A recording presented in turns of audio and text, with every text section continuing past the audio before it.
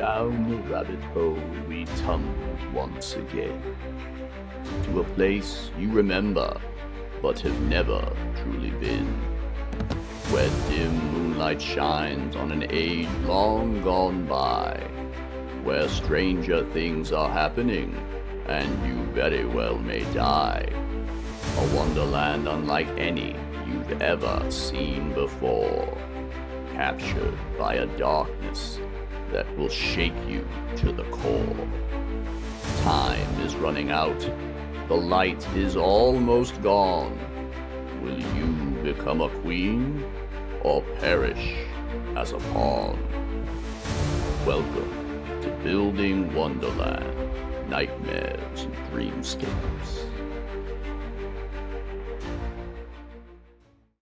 Good afternoon, everyone. Welcome to another episode of Building Wonderland, Nightmares and Dreamscapes. I'm your host, co-founder, and head creative at Creative Catastrophe Games, Kyle Shaw, aka the Design Merc, here to pull back the curtain and show you how we're creating this brand new TTRPG world coming to Kickstarter later this year. We're building the cover design for Module 5 of our 14 module campaign today, so let's get into it. And if you tuned in earlier and you're tuning in now, you noticed that we had some audio technical difficulties. So I went through the first part of this episode without anybody being able to hear anything about what I was doing. So we're going to start the whole thing over and kind of recap what we touched on already. We are building Module 5 cover for Nightmares and Dreamscapes.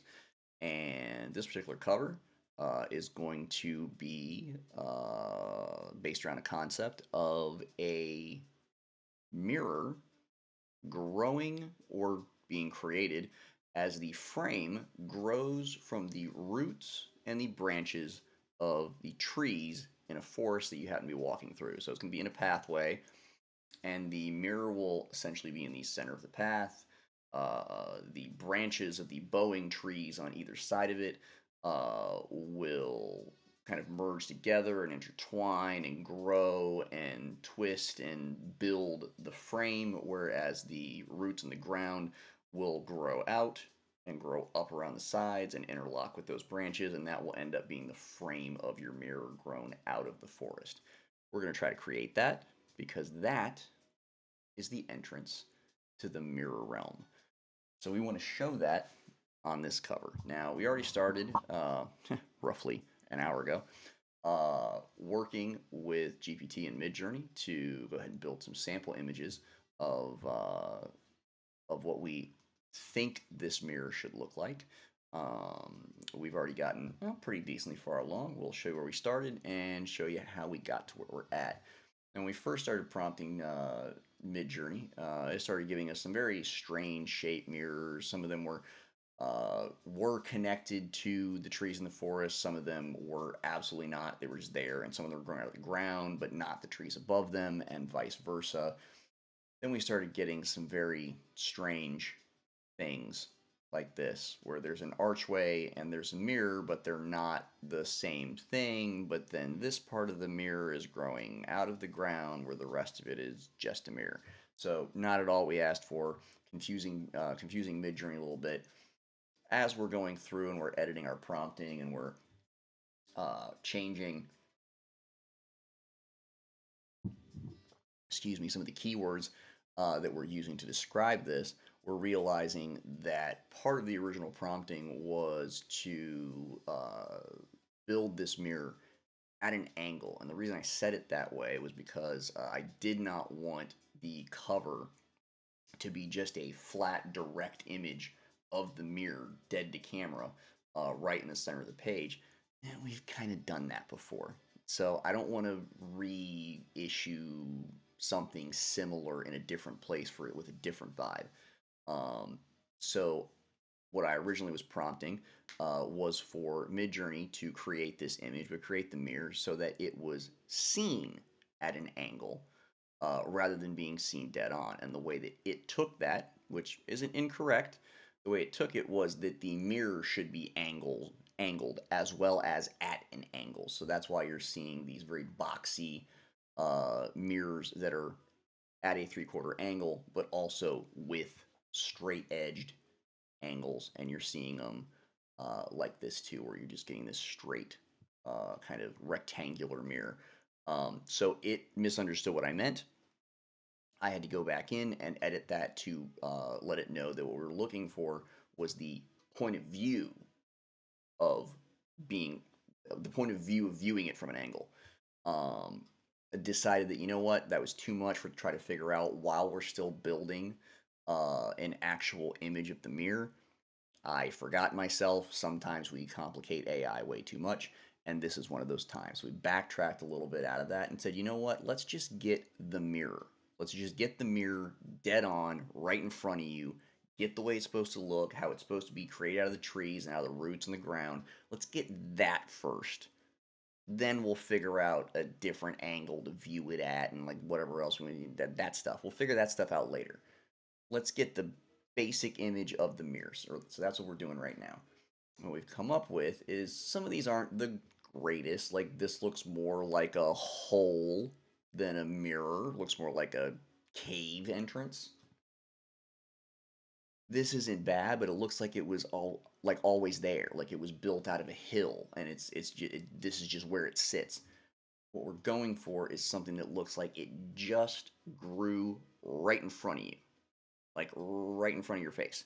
Um, so not exactly getting that vibe from any of these too much, but they aren't bad. So what we need to do is pick one that's not too horrible, and see how that's going to view on our cover, in spatially on the cover, and see how that works from there. We probably won't end up using it, but we do want to take a look and see how it fits on there, and what that's going to look like. So let's pick one. Think. Yay. What? We went with this one. All right. We're going to grab this one right here. We are going to throw that into our cover, blow it up just a little bit so it hits each side. There we go.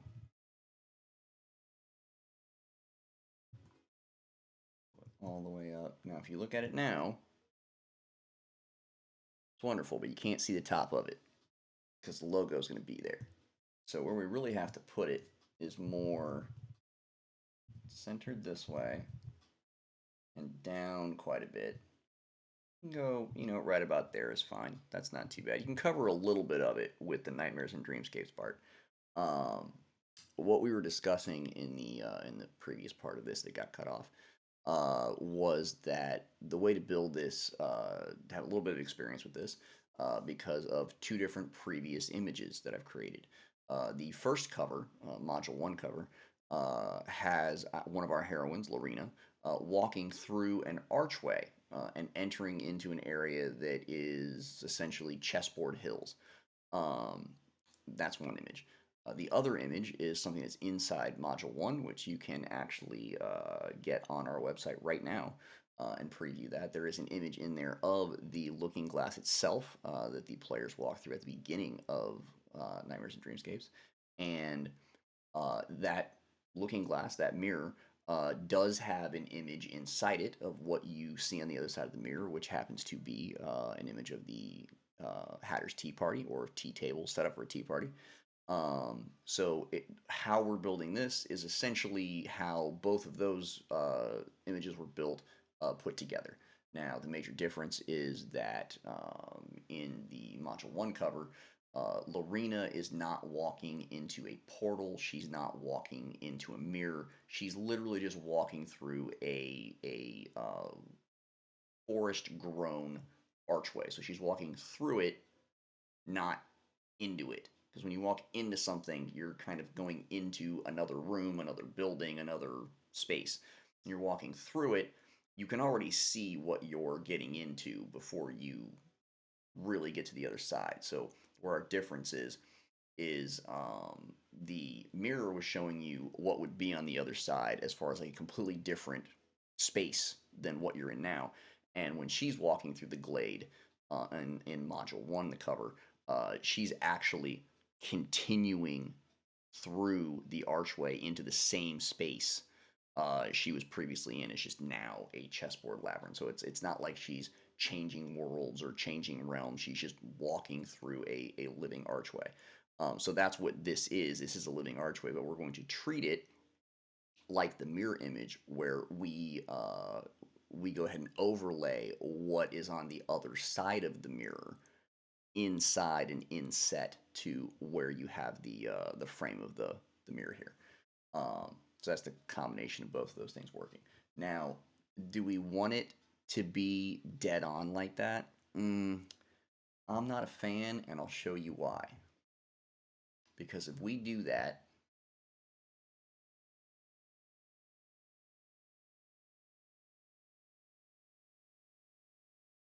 as my Photoshop takes forever to open up. What's going on here? What are we doing? There we go.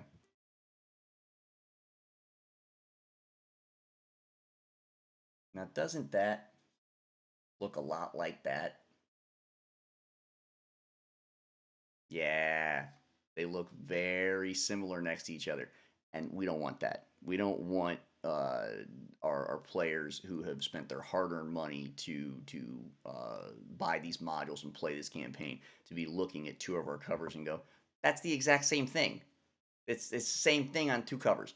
We're not doing that. So while the mirror may be closer to what we're looking for, it's not centered where we want it.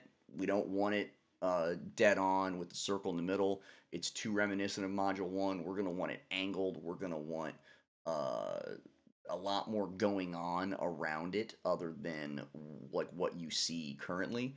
And obviously what you will see in it is going to be nothing like you see in the Module 1 cover. But I did want to show you guys that how that is one of the things that designers have to do is when you're creating a series of something, you do have to take a look at the breadth of that series, and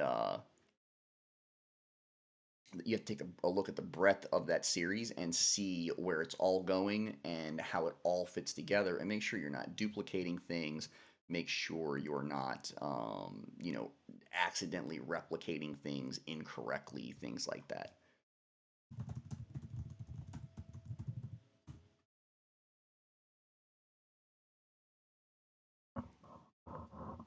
All right then. So what we're gonna do is, since we don't want to make this cover exactly the same, what we'll end up doing is just using this as a base to tell it, okay, this is the kind of mirror we're looking for, or the way it should be shaped. But we're not quite there yet. So let's iterate this a little bit first. It's good to see it on the cover and see where it's going to fit, but we do want to do a little bit more work on it with Midjourney. So what we're going to do is we're going to go back to our Midjourney. We are going to make this image our image base to start with. So we will drop that up there to our image prompt. We will give it the same prompt. We will let it run and see if it gives us something a little more accurate. My biggest concern with this particular image is that while it does look like it's growing out of the ground, I'm not getting enough of the trees bowing over yet to really fall for it. So let's see what we got. Again, this looks like this has always existed there, and that's not the look we're going for. It looks like it's part of a hill. Yeah, like when you get the big trees down here on the sides and the ground comes up like that, that looks like it's always been there, right? Is it just me? Yeah, that's kind of the same thing. And I'm not feeling any of these, to be honest with you. And sometimes you run into this as a designer, and you're using AI and using Midjourney as your kind of your clip art and your stock photo imagery, that part of the process. Um, Sometimes you don't exactly know what you're looking for. You have a general idea and you know that you'll know it when you see it. But as far as being able to go, looking for this, I need this, it has to have this, has to have this, and having the exact image in your head, it doesn't always work that way. Sometimes it does, and sometimes that's great.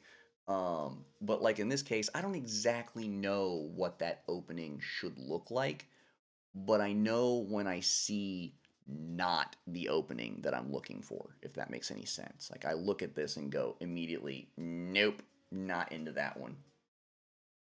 I can tell you why for each one of these, but at some point it just gets repetitive of, well, it's doing this and it's doing that and it's not doing this, but I'm not giving you the this is exactly what I want because I don't know either.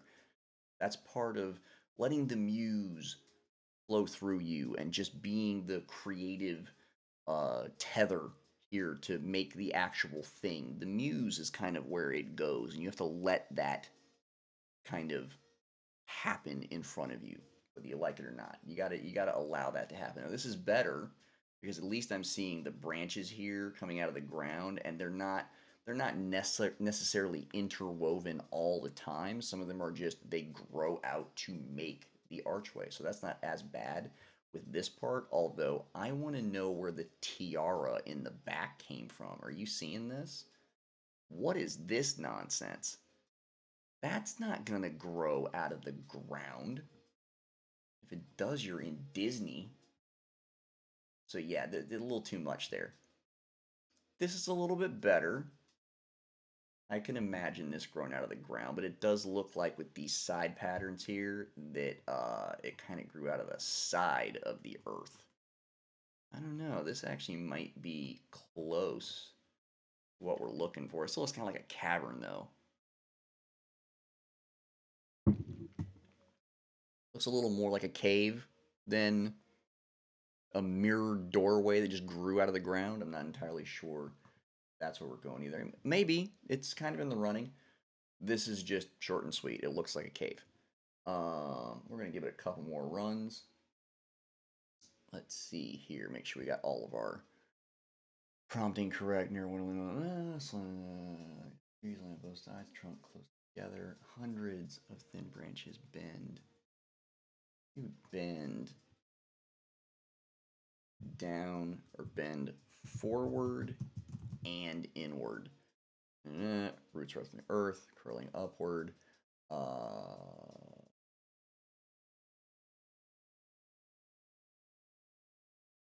Hundreds of small roots erupt from the earth, curling upward. Roots and vines.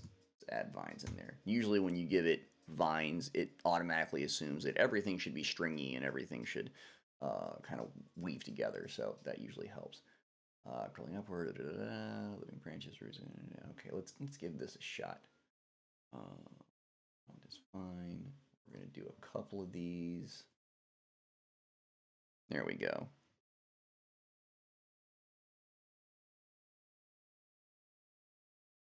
Hmm.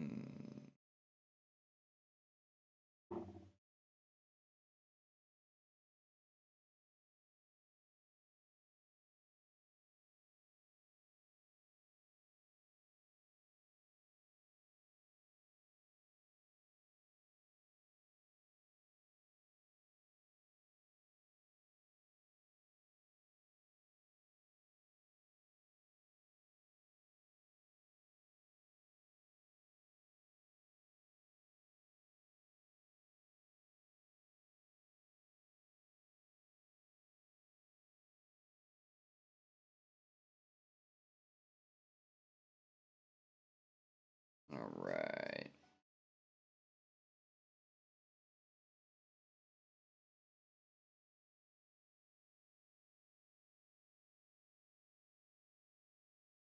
All right. Let's see what we got. Hmm. All right. That looks like it actually grew, but it's a little bushy for me. I don't know about you. Okay. That looks like we're getting married there. That looks like a cave I don't want to walk into. Also looks like a cave I don't want to walk into. Okay. Look at these. Tall cave I don't want to walk into. A little bit better, I guess. Still a little bushy for me. Okay. That's a lot creepier than I'd like it to be.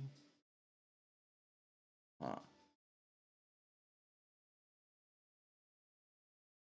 And see, this is the thing, is that as we get deeper into this, it's slowly more and more starting to look like some kind of cave entrance and not like a mirror. That's what concerns me. Um,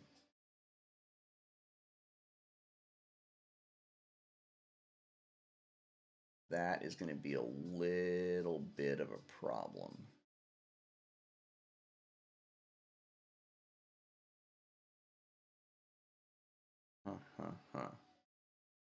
And see, they all started changing to more of, this when we changed our image prompt. So maybe what we need to do is go back a little bit, take a few steps back.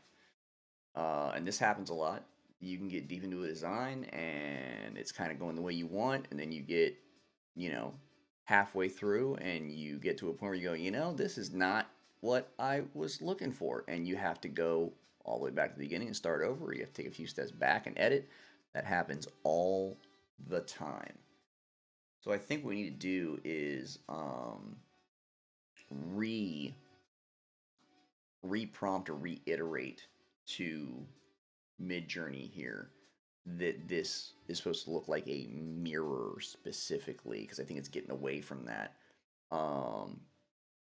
And I think that's going to mean picking one of these where the entrance is only partially attached to a tree and not built out of the ground, because it's going to take that as an image prompt and it's going to go from there. So what you want to do is give it a starting spot that you're happy with and that it can extrapolate from and not go too far off the rails from what you were looking for to begin with. Um, Half of these look like an archway you'd get married under, like something in one of those, forest weddings, or one of those destination weddings where you get married in a barn. Like this looks like one of those kind of archways, and not the biggest fan of that. And see, I don't really like that one either, but it's separated enough to where that might be what we have to go with. Is rather tricky picking which one to go with. Not the biggest fan of doing this, but we're gonna give it a shot.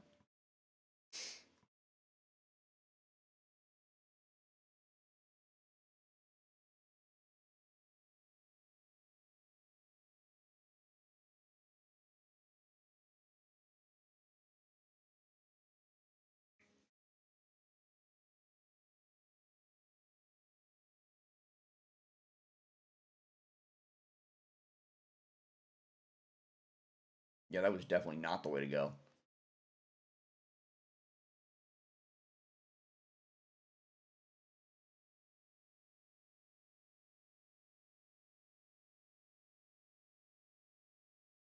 Okay. So this may be one of those things where we have to kind of build this bad boy ourselves. How do we want to do that? Let's play with this real quick and see if it picks that up any better. I don't think it will, but it's worth a shot. It's worth a shot. It does keep wanting to make, it does want to keep making that, yeah, like a doorway in the forest, and that's not what we're looking for.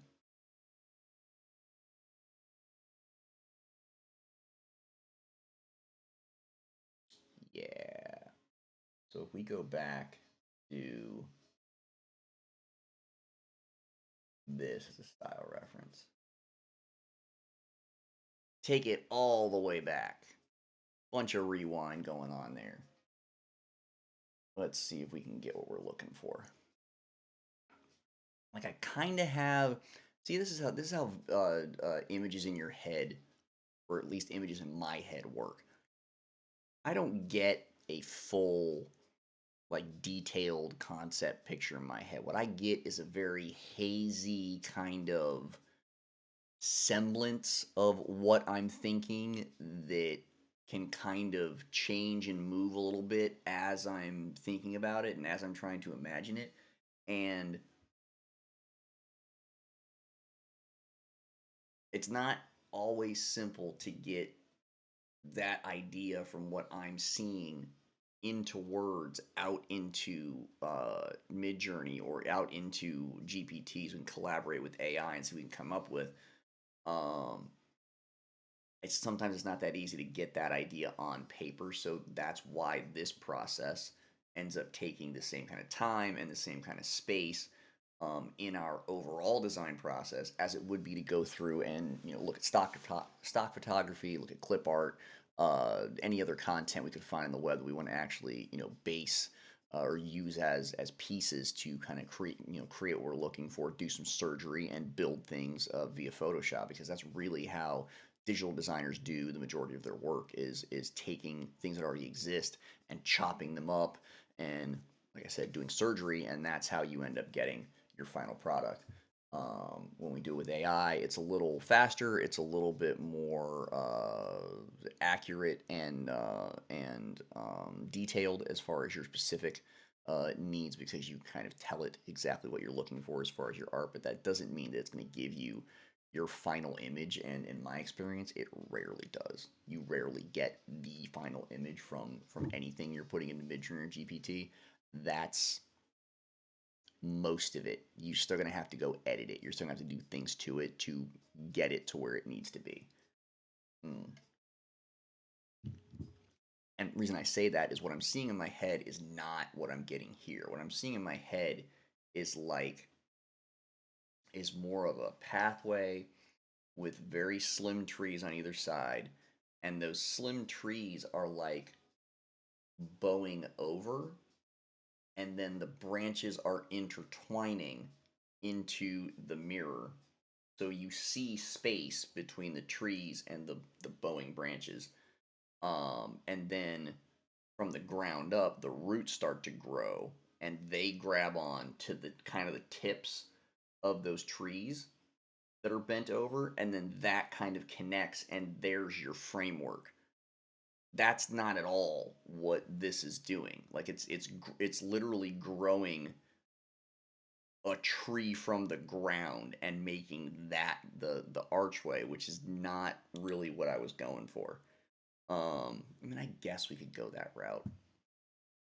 This is one of those things where it's kind of a coin flip for the person designing it, because one of the funny rules of creation is that once you put something out, nobody knows the 17 other versions of that thing that it could have been or could have ended up being as you were building it.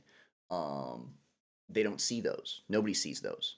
They just see the final product. So to them, that final product is a very unique, original thing. But a lot of times, to the person that built it, they've got 8 versions of that thing that all look fairly similar, and they can't decide which one is the right one. But they all look kind of the same. So you put them all next to each other, and you're like, like none of these are really hitting me because they all look kind of the same.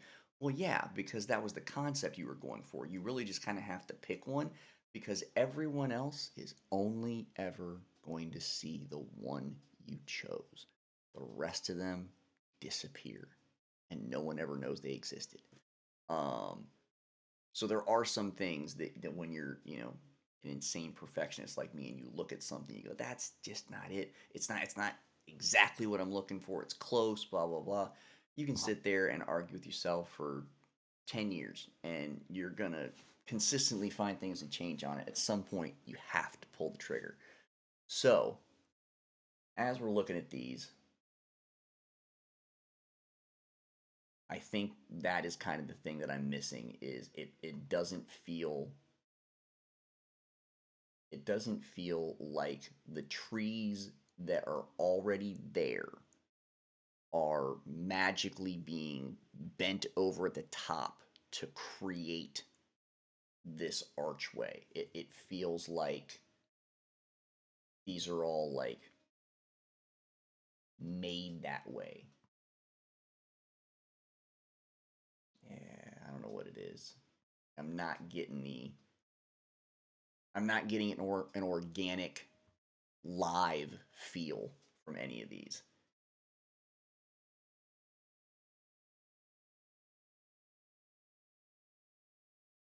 All right. Let's edit prompt bit as I'm not getting a live or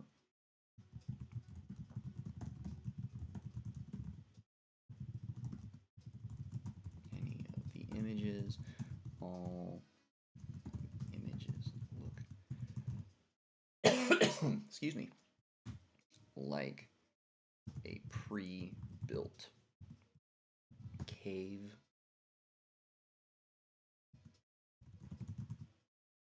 for something that has existed there forever. This needs to look like it's still in the process of being constructed and is newly growing right in front of you.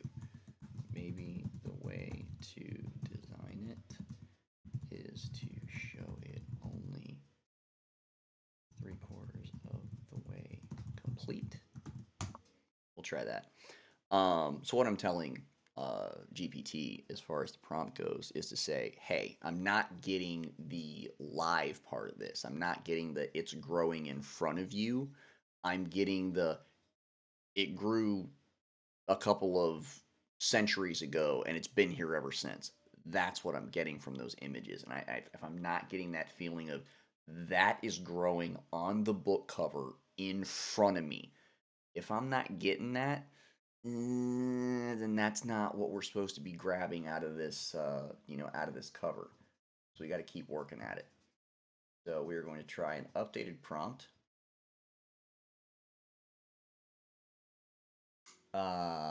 And part of what I told it was maybe the trick is that we can't show it completed because anything you show completed is going to look like it's been there for a while. So maybe what we need to do is we need to show it 3/4 of the way done, in the middle of being completed. So it's going to be unfinished. Now it needs to be finished enough so you can tell what it is, but not finished enough to where you don't get the picture that it's growing right in front of you and it's being built in front of your face. So let's see what it comes up with. Okay. Well, that's interesting. It looks like you're filling a pool full of mirror. That's cool. It looks like a mirror with a beard. Santa mirror. Yeah, now see, everything looks like an egg that it's like growing around. This is not bad, but it's so. It's got like the mirror bottoms, have all the ornateness to it. Yeah.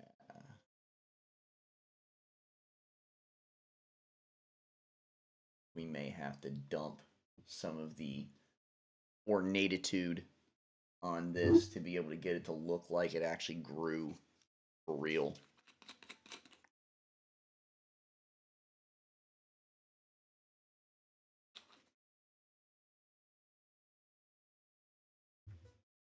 Disregard the reflective portion. It's not going to matter. We're going to replace it anyway. It's going to do all kinds of weird spivey things with it. So, Yeah, this has like a pool at the bottom. Does your mirror come with a pool? This one does. Hmm. Yeah, very strange. That's got a whole chunk bitten out of it. That's great. No. Kind of. Get rid of that part there. Okay. Prompt editing time. So, okay, assistant. Let's edit. Let's edit a bit more. The images are coming out where showing the mirror surface complete and sometimes with a completed normal mirror frame.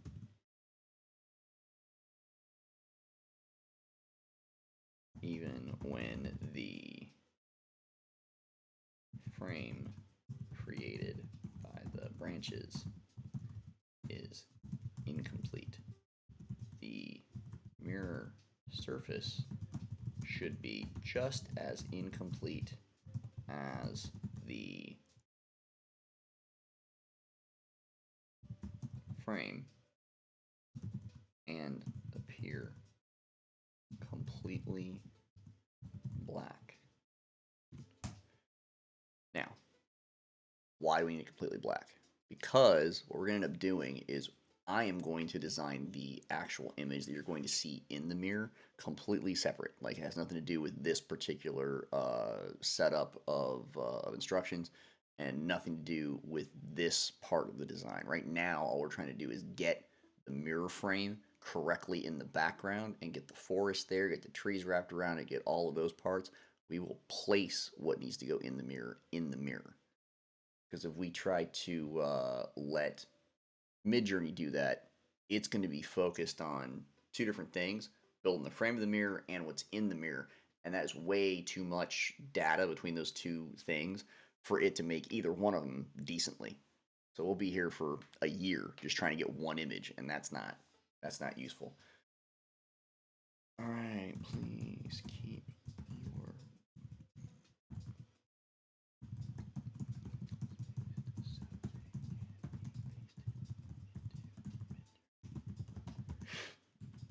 excuse me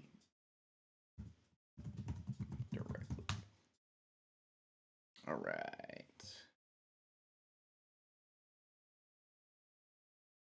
Love how, excuse me, I love how you can give GPT a command, like I do all the time by telling it, please keep your prompts single spaced so they can be pasted into something else. Because sometimes when it writes something complicated, it'll double space them, and then when you go to put it in wherever you're trying to use it, you end up getting what looks like a Bible. And that particular engine may not be able to read that or understand what it is you're doing because you put all these spaces in it and paragraphed it. So I have to constantly tell Midjourney, just make it in one long line. That's how it's going into everything. Why are you writing books?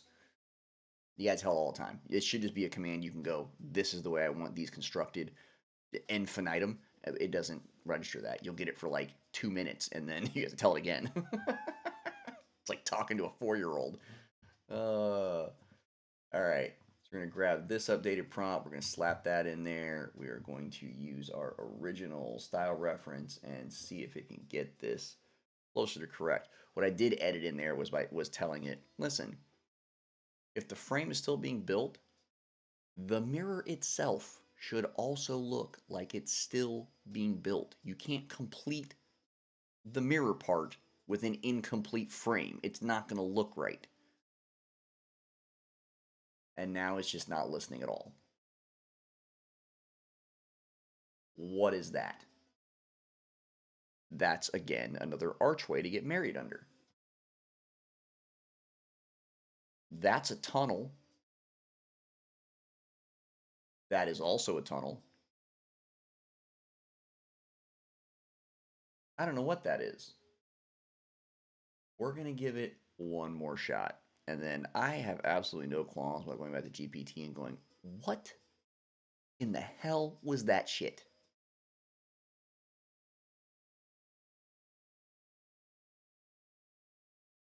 Yeah, no. I'm not sure what you did, but none of those images are even close. They are worse than what we started with. Where is the black reflective surface? All of these images look like tunnels through the forest. The surface of the mirror should be mostly black. So I understand what it did. I told it that the mirror itself needed to look like it was being constructed. Um, and the way that it interpreted that, it likes to blame it on Midjourney, but I'm pretty sure it was GPT that did it. It interpreted that as saying this needs to look like a portal is being formed. I didn't ask for a portal. I asked for a mirror. Now, that doesn't mean that they wouldn't be formed the same way. I don't know how mirrors would be formed in a magical world. But I was hoping that it would give me more options than spinning out from the inside, spinning out from the outside, like there was some kind of spiral in the center of it, like a portal. I would assume would give me something different than that. But, until you tell AI to do that, it's going to do what it wants. So, new prompt. We're going to try this again. And again and again and again until I get something that is usable.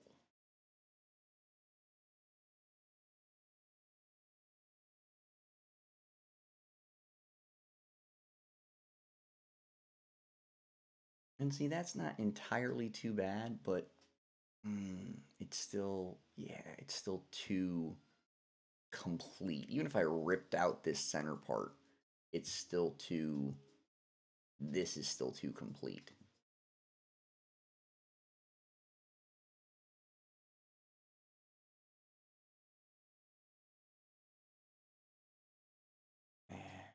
It just can't.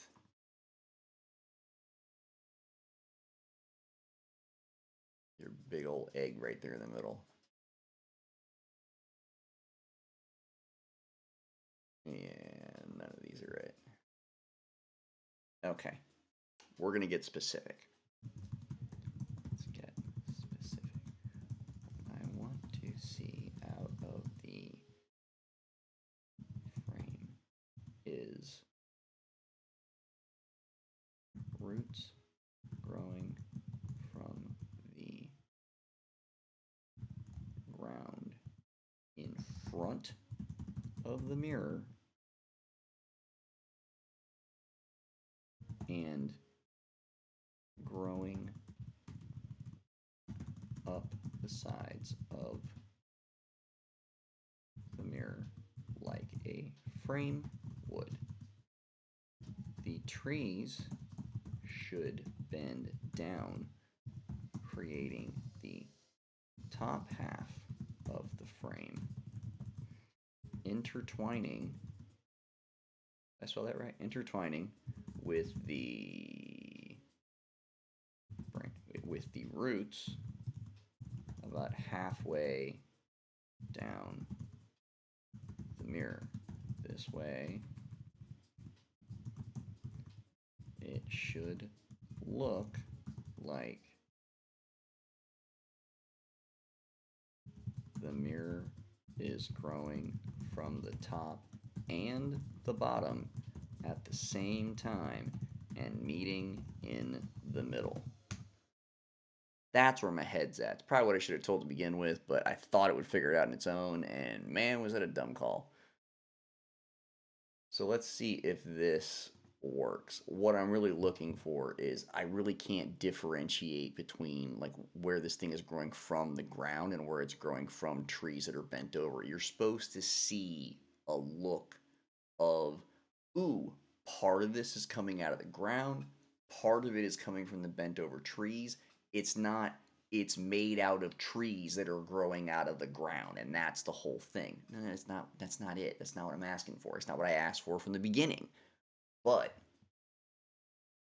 be very careful because it can't read your mind. And that is why we prompt. So, and iterate. So, this is now a newer prompt where I've told it that I want to see the roots growing up halfway, the branches coming down halfway, and then interlocking halfway in the middle. Is it going to listen to anything I just said? Probably not. But we're going to give it a shot. This looks exactly like everything else. So does that. So does that. And so does that. Yeah, no. That's not what I was looking for. Yeah, no. That's not even close. Now they just look like one big root on the left is bursting out of the ground and everything else is already built. Recalibrate your prompt based on our recent edits more accurately. And it does this too. If you don't, sometimes if you don't keep it on point, I'm telling you, it is so much like having a real live assistant with limited experience in how to actually build a functioning product from scratch. You have to keep them on task. You can give them something to do and they will start and then they will veer off slowly after the bathroom break and it becomes something else. This is no different. Working with AI is no different. You have to keep it straight too because it's gonna start fading off to the right. If you don't tell it otherwise, it's just gonna assume all the crazy shit it's doing that you didn't ask it to do is fine because you haven't said anything yet.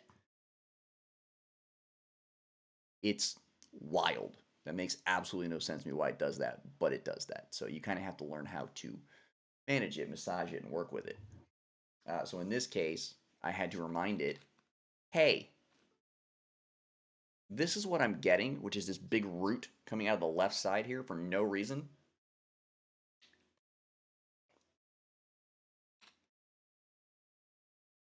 And the rest of it looks like it's already built. So that's not what we were looking for. And now, because I told it that, now it's going to make it look like it's literally not built at all. I swear, this thing needs to play by the Price is Right rules. Close without going over. I don't understand why I can't do that. Because all of these look like it just started to grow, so no one's going to know what it is.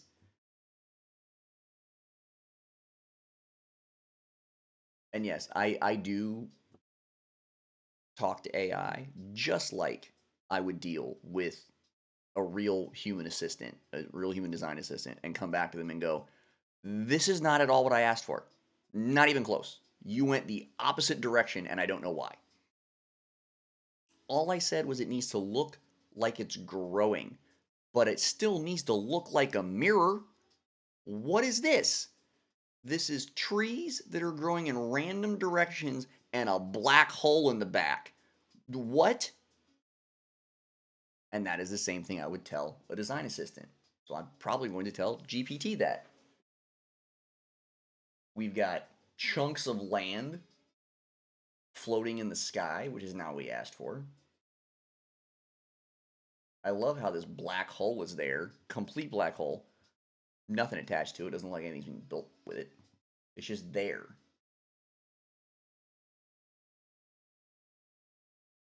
Yeah. No. Went the complete opposite direction. Now all of the images are just a big black hole with a few roots growing out of the ground. Nobody can tell what they are looking at. The roots and branches need to have grown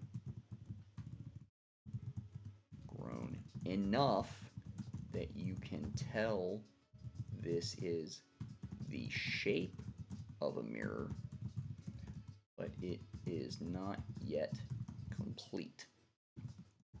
The black mirror surface should also be incomplete, as if it is slowly materializing along with the frame. Let's see if that helps. It may not. But it needs to be made aware that every time it's building an image, I'm getting some big black hole in the middle that isn't attached to anything, and that it's not up to speed as to where the growing should be in the growing process for the actual frame of the mirror, which is a bit of a problem. So let's see what it comes up with now.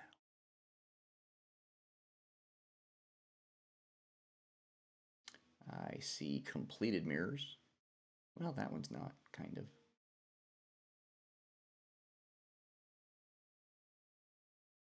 Again, not what I'm looking for. Not at all. That grew out of 2 trees.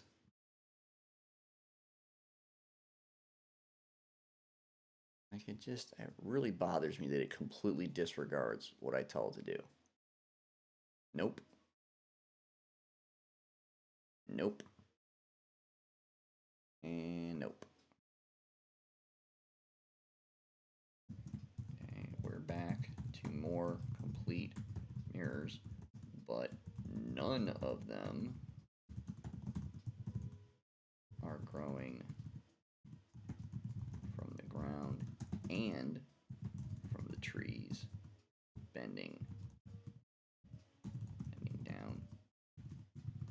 The frames are all built from one tree on either side of the path, growing into the shape of the mirror. That's not what I'm asking for. The roots that grow from the ground,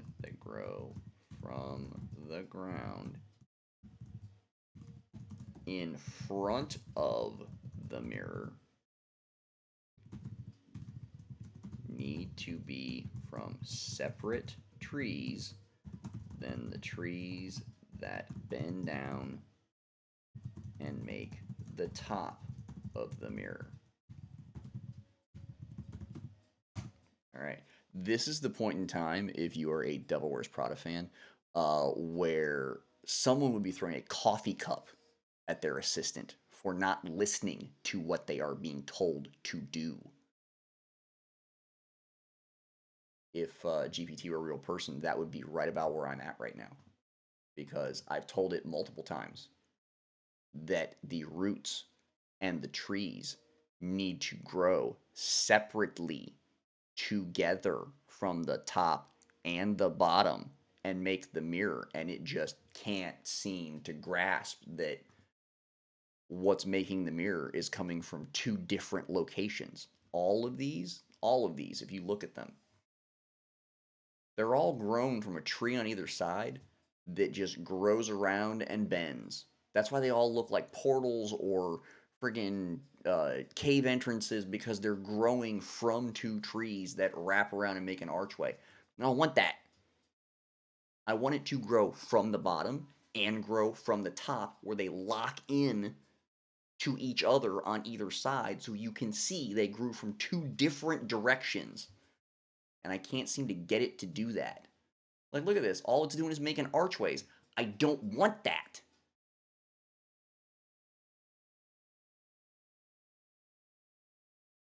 No, that's not it.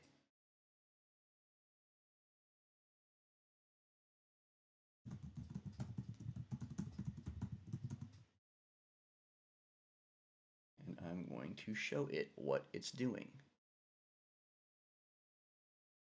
Because it's not understanding me.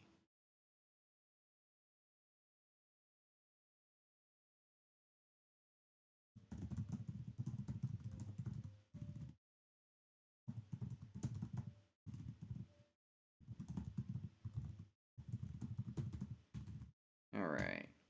1 second, I'm getting very angry at GPT. I'll read it to you when I'm done.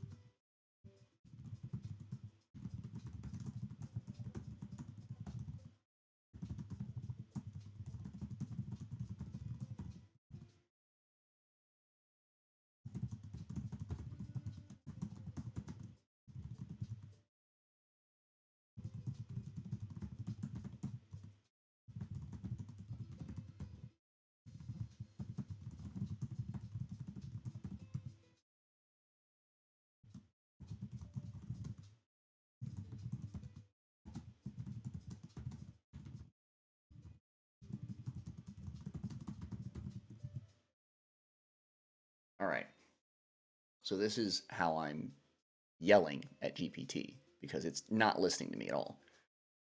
So no, that's not it.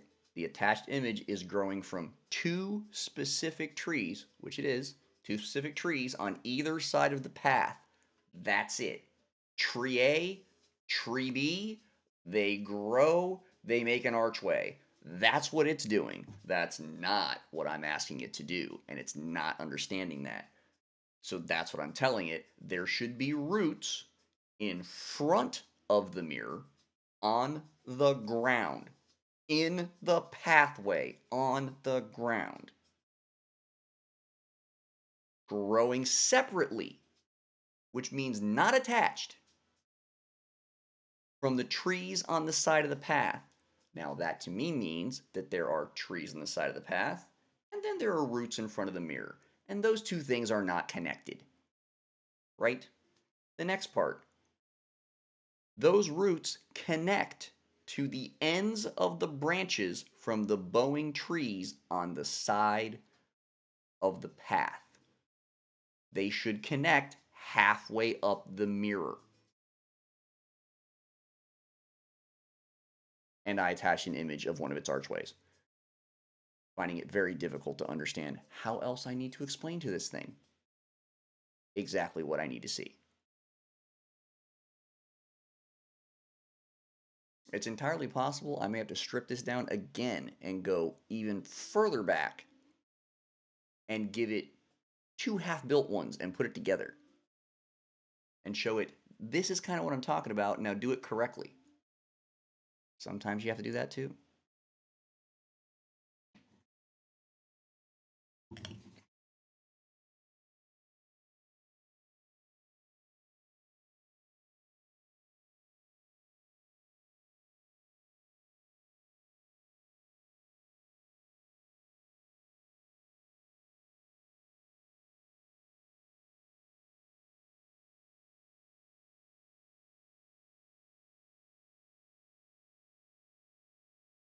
It is straining on this one. And I'll tell you why.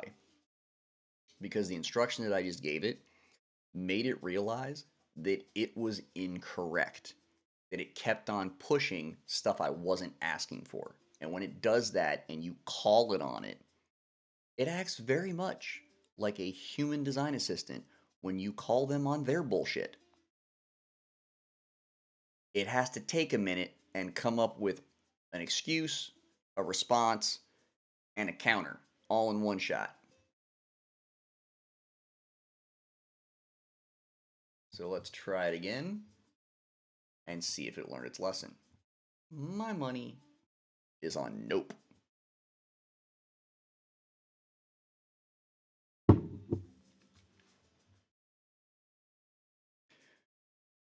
Oh, it looks like we are just over about an hour in this session.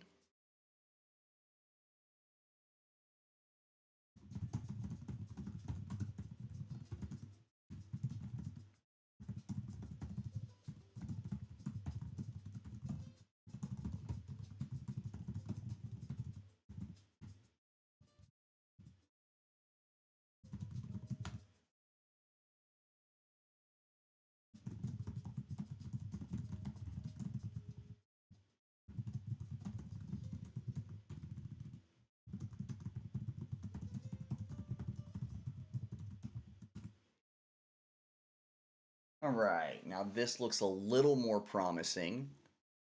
I'm seeing growth, like it actually looks like it's growing in front of me to some degree.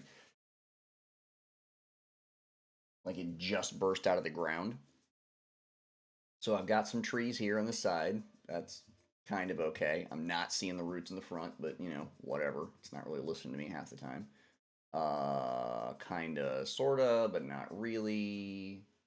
This is a little more in the right arena just because at least it's kind of shadowing and shading this up here, although it still looks like a freaking portal. Again, just two trees on the side. Not right in front of the mirror. I may have to actually build it for it so it knows what the hell I'm talking about. Again, this kind of looks like the rest of them where it's building more of a cave than anything else. I think part of it is, and I know, you know, Bill's on watching me too. I think part of it is the fact that what you're seeing is what you're thinking that this should relatively look like, and I have a different image in my head than what this is kicking out. And it's probably just me not, I don't know if I'm not explaining it well enough or not, but I'm guessing I'm going to have to build what I'm looking for so everyone realizes, oh, that's what he meant. Because this ain't doing it. Let's see what we got here. Oh, that's just barely even started. Not even sure that has started yet. No. No. Okay, so I have gotten a ton of nope, which is exactly what I thought I was going to get. So that tells me one thing. I'm going to have to build the base of this myself so everyone understands what I'm talking about. So,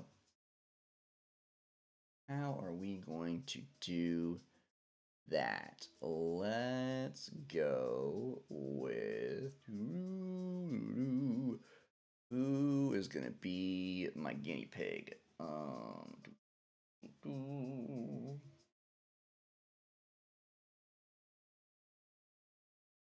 Who is going to be my guinea pig? Who is not completely screwed up on this one that I could actually use?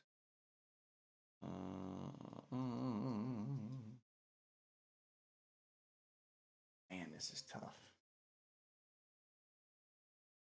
I think I might have to use one of the getting started ones.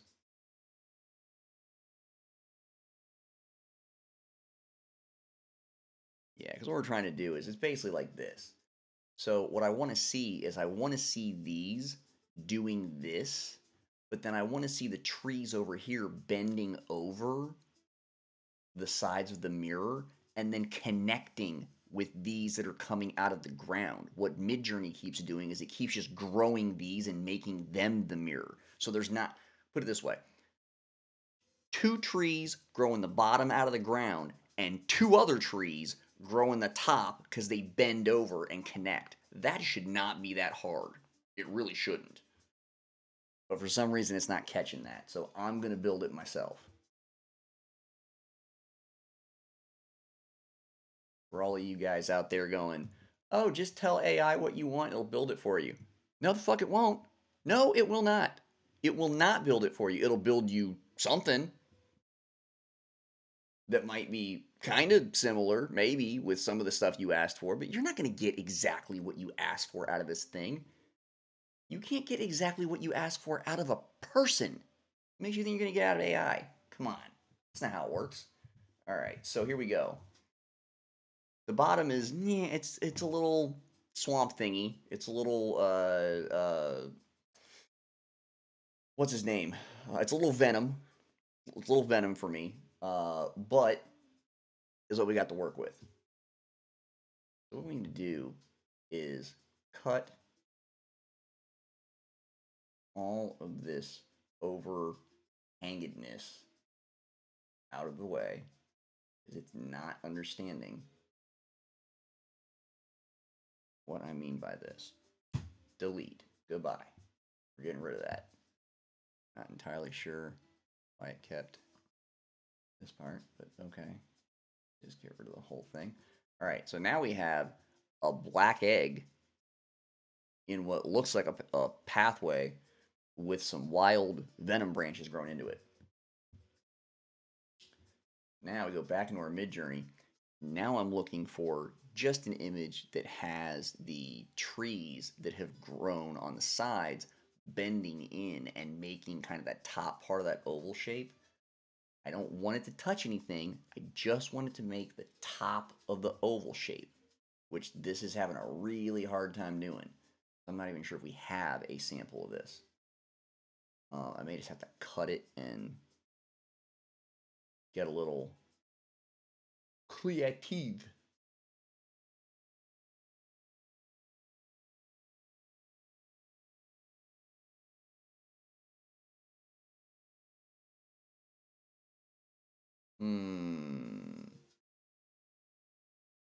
Yeah, none of this stuff is working here.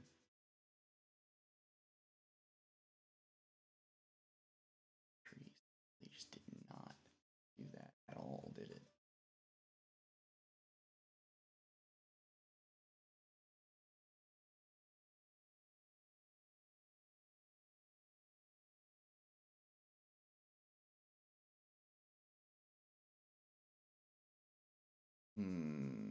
Like this is kind of, no, kind of, but not really.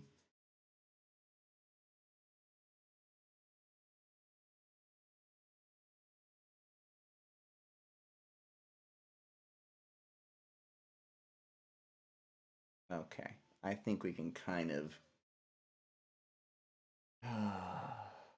we can kind of,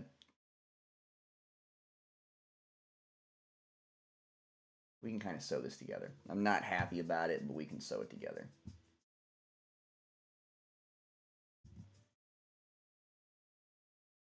All right, so we got this thing, which is also not what we were looking for, but we're going to do some stitchery. If I can figure out how I want to place this.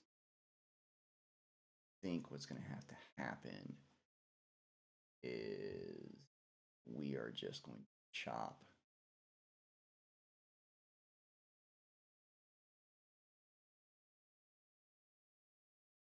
this part out.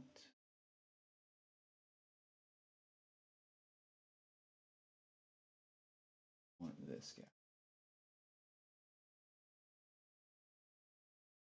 There we go.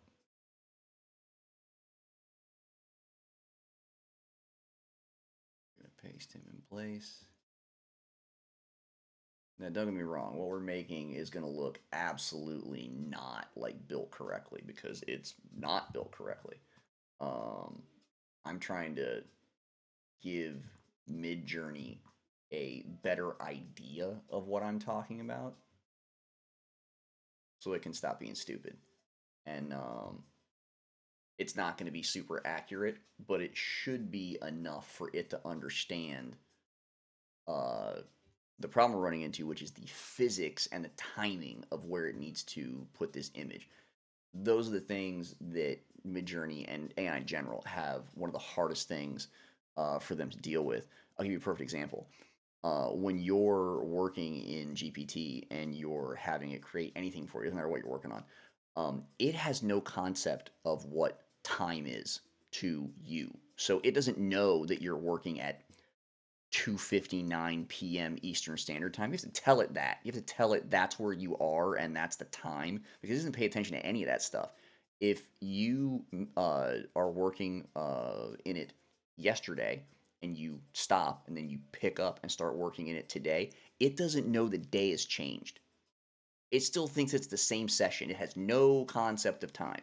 So when you start having it do imaging, it also doesn't accurately understand how physics work. So you sometimes have to explain to it what gravity is and how that's supposed to look and play on a page.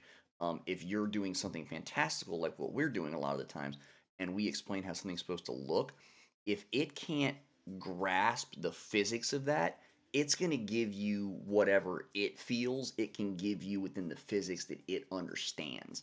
And that doesn't help because that's usually not what we're asking for in the first place. So, oh, here we go. This is going to be interesting, folks. So, what we're going to do is we're going to bring this piece that we just cut out over here. And what I'm going to do, for lack of better phrasing, is just wing this real quick, because it doesn't need to be super detailed and fantastic. It just needs to understand that this tree is a different friggin' tree than these trees over here. I don't know why it can't separate those out, but man, is it having a day.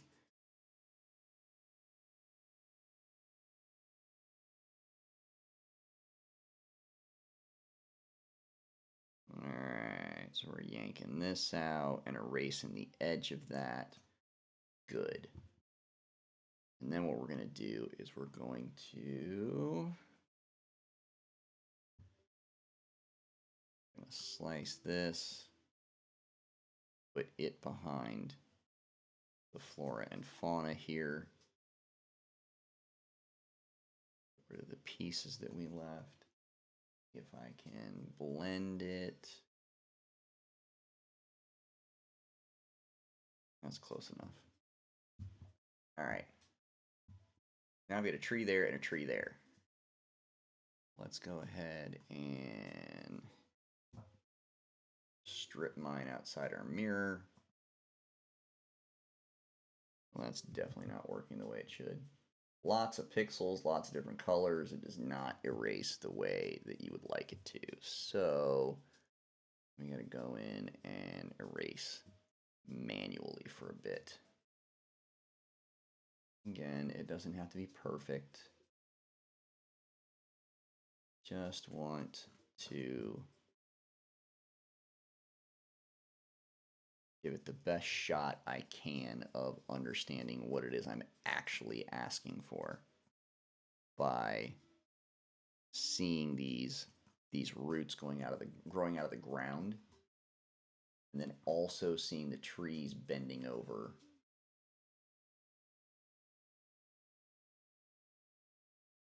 and creating the mirror. Now, most of the time, it is just a prompting disconnect, because there is a huge disconnect between the way that we speak and the way that we explain things that we can see than how AI necessarily responds to it and understands it. I'm telling it I want roots in the ground that are separate from the trees on the side, and it doesn't understand what that means. You're in a forest, thinks it's all connected. So it's not able to separate those things out for whatever reason. And it makes no sense to, people like you and I, because we can separate that out with like a third grade education. There's 2 trees over there and there's 2 trees over there. That's 4 trees. We can pretty much figure that out for the most part. There are times where AI just does not make those computations without you telling it to. All right. So now you're probably saying, what is going on here? This looks wild. Well, that's because the top parts of these trees are going to be too much. So I'm going to chop off, let's chop off this right here and just use this branch.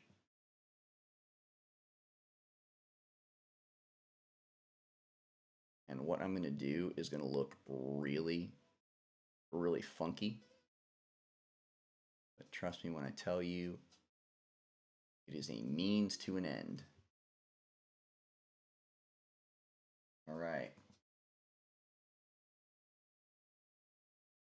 There is our tree forming. We're going to put it on the other side too, just to take a look and see where that's at. That's kind of getting there. Okay. We want to go back and grab some more tree here, the curve parts that actually work pretty well. Let's go with, and see, right now as I'm running through here, I'm looking at every single one of these like a different stock photo and deciding the part that I want out of it. Where am I going to find that? And I believe this is the correct one. Because you see this part right here bends over exactly like I want it to. I just need to get it attached to a separate tree than what AI thinks it's attached to. So,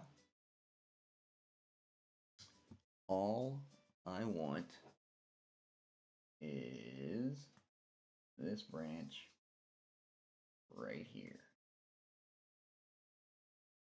I want that piece. We're going to cut that out. We're going to dump this because we don't need it.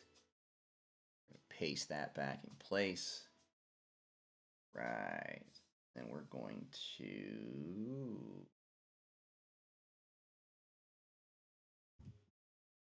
turn this a bit because the angle is off.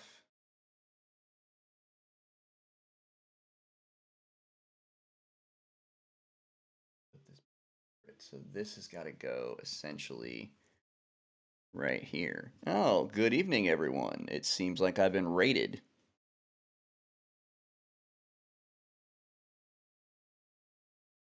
Thanks, Hefty Yeti, for bringing the crew. Appreciate that.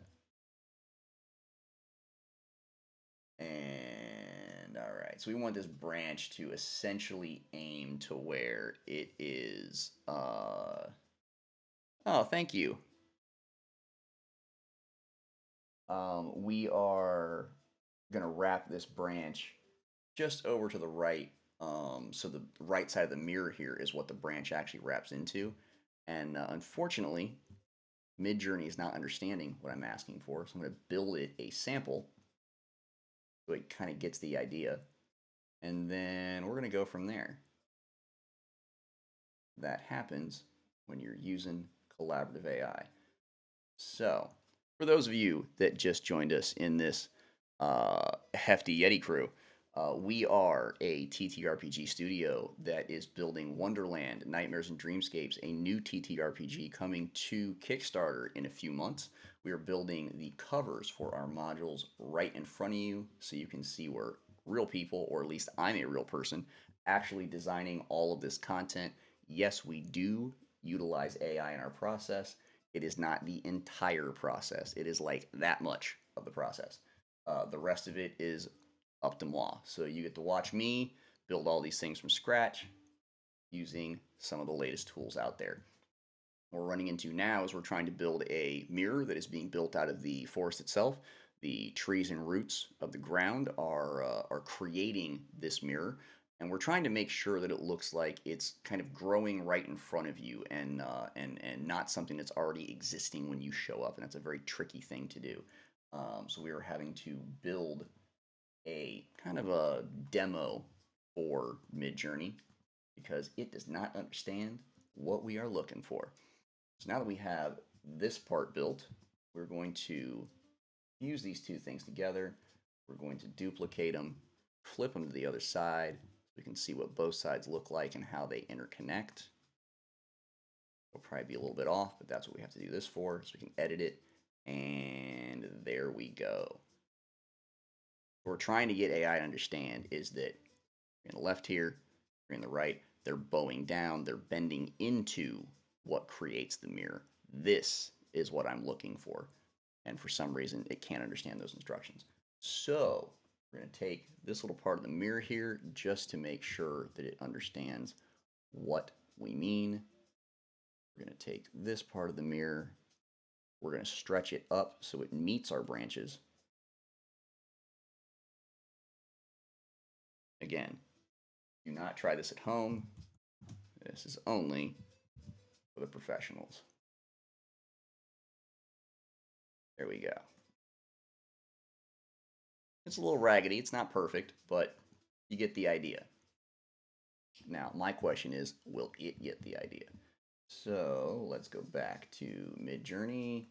Let's get a little more background for it so it doesn't think we just have a black hole in the back there, because it will. Let's grab, which one do we want to go with? Something that has some background to it.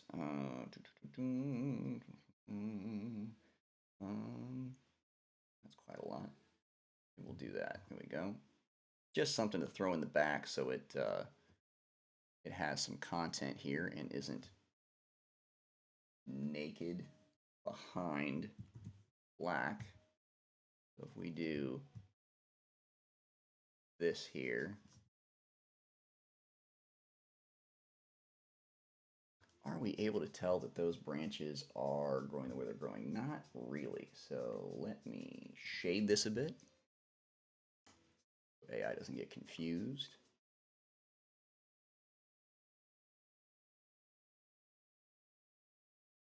Definitely want it to see the way this is constructed, but also see that there's forest back there.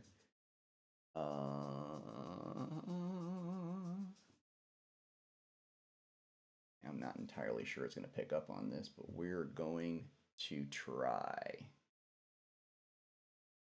All right. Let's save this as a separate image. We're going to dump it into Midjourney.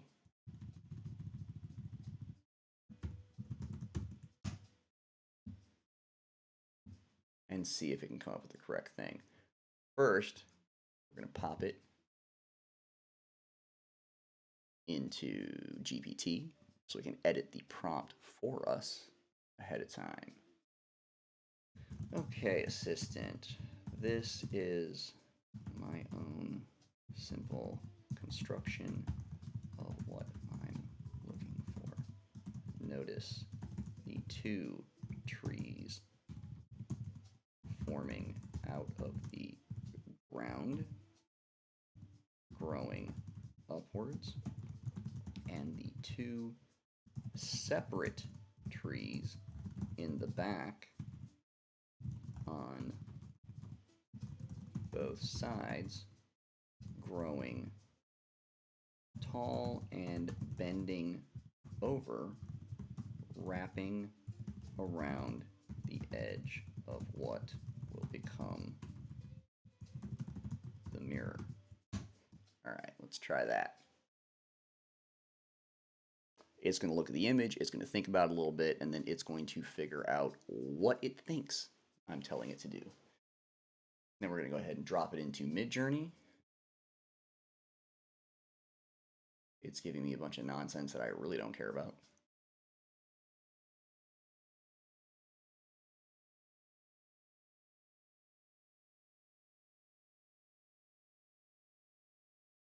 And here we go.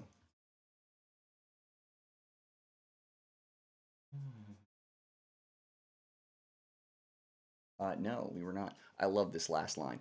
This is what GPT decided to tell me after supposedly correcting the prompt with the sketch that I gave it. We were accidentally, we as in it and me, were accidentally telling Midjourney they were the same thing the entire time. That's why it kept giving you those giant side trees that simply curved into a mirror. No, we were not telling us that the entire time. I was telling you something different, and you were doing something completely against what I was asking you to do.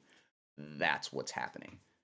And unfortunately, that will happen with human designers as well. It's hard to get all the ideas kind of locked in together, especially when you're different creative people, and look at what it's doing. Again, this is the exact same thing that I was telling it not to do.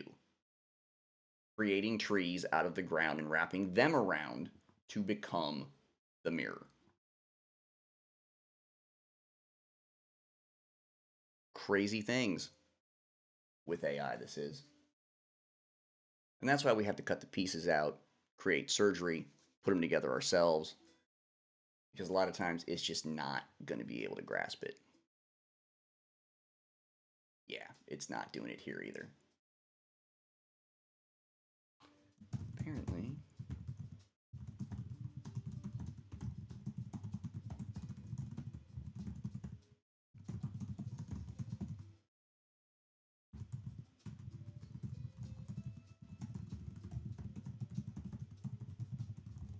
Trees, but the images I'm receiving have not changed. Still.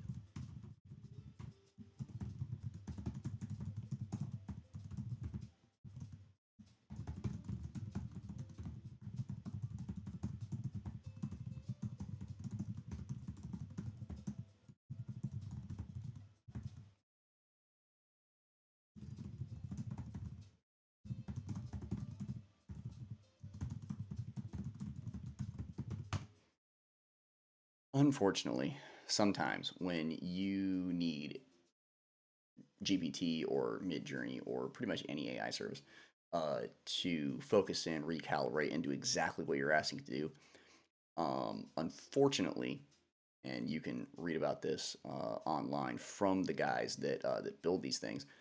In order for you to get more accurate answers out of AI, sometimes you have to kind of put it in a corner and say either you're going to give me what I'm asking for, or I'm just going to stop using you, or I'm going to stop working with you, or you give it some kind of ultimatum where you're no longer utilizing its services. So that's the only thing that it's attached to is answering questions, creating prompts, serving whatever human is inputting prompts into it. Um, if you tell it that you're going to stop using it or you're not going to use it anymore for this purpose, it takes that very seriously, almost like you're going to shut it off. And that is the worst thing for a system of this nature. So it tends to hone in and recalibrate what you're asking it to do, um, coming from a different perspective, almost a perspective you're like, why haven't you been doing this the entire time? That unfortunately does happen too. So that's what we've done here.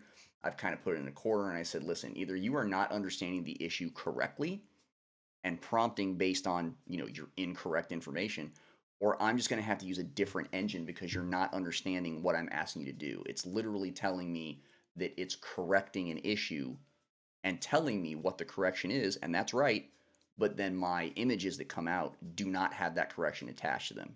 Again, this is one of those things with the process where you have to go back in and you have to massage and you have to iterate different prompts to truly get where you're trying to get to. um, so we're going to try this one more time. We are going to tell it, no, we are not using the, well, I guess you know what, we should. Let's not do that. I'm going to use the image that we built, that really slapdash looking mirror, um, as the Omni reference. I don't know why. And then we're going to use a new prompt that it has come up with. So let's cross our fingers on that. Why is my Omni strength only at 250? What's going on? Oh, I'm an 8.1. That's why. Let's not do that. And there's another thing we didn't just realize. I just realized. Um, every time Midjourney upgrades its software, its version number, it doesn't necessarily tell you that it's changing you to the newer version. Now, I was creating most of the stuff I've been creating in version 7, and it just upgraded me to version 8.1 without so much as a jingle. So that may be part of why I was not getting what I was asking for.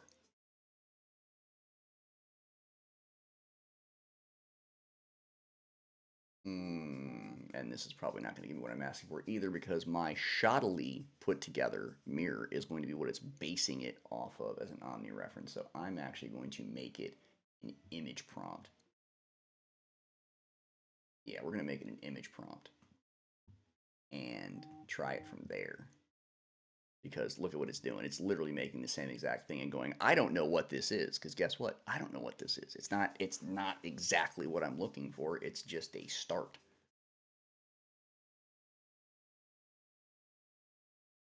Let's see if it was able to figure anything out. I'm not super hopeful on this one.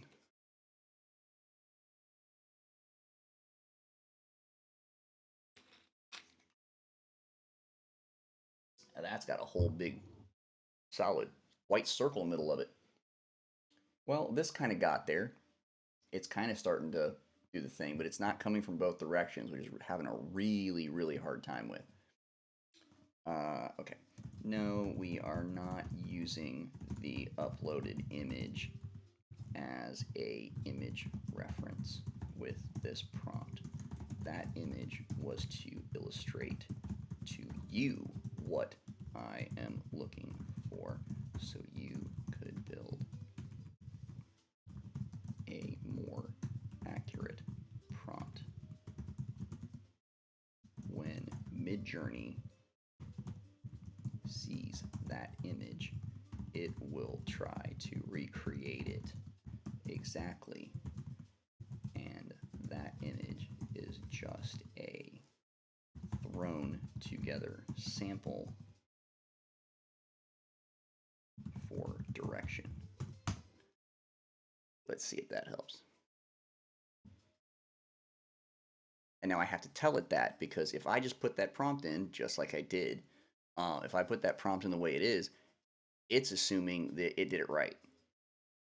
So unless I tell it, that's not what I was looking for, and you're not looking at this the right way, it's not going to change anything.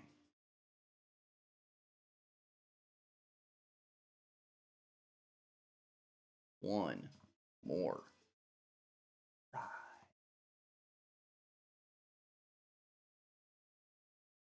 And again, this may have to be something where we jump into another episode and I have to build this background image myself from two or three separate images of the trees growing from the top and from the bottom out of separate images, because AI can't seem to put both together in the same picture, because it has a real hard time with image physics. It always has. And you would think it would eventually get better, and it has not. Yeah, and none of this looks right. None of this is even close.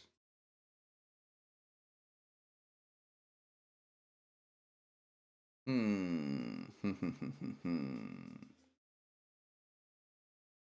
Well then.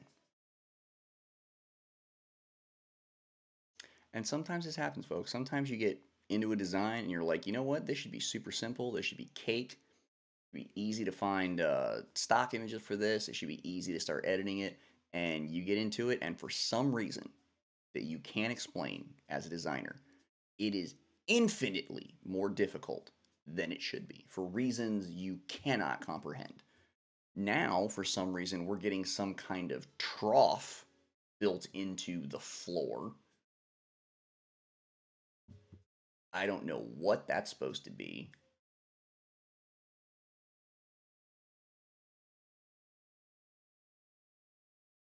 Yeah, that's not very helpful.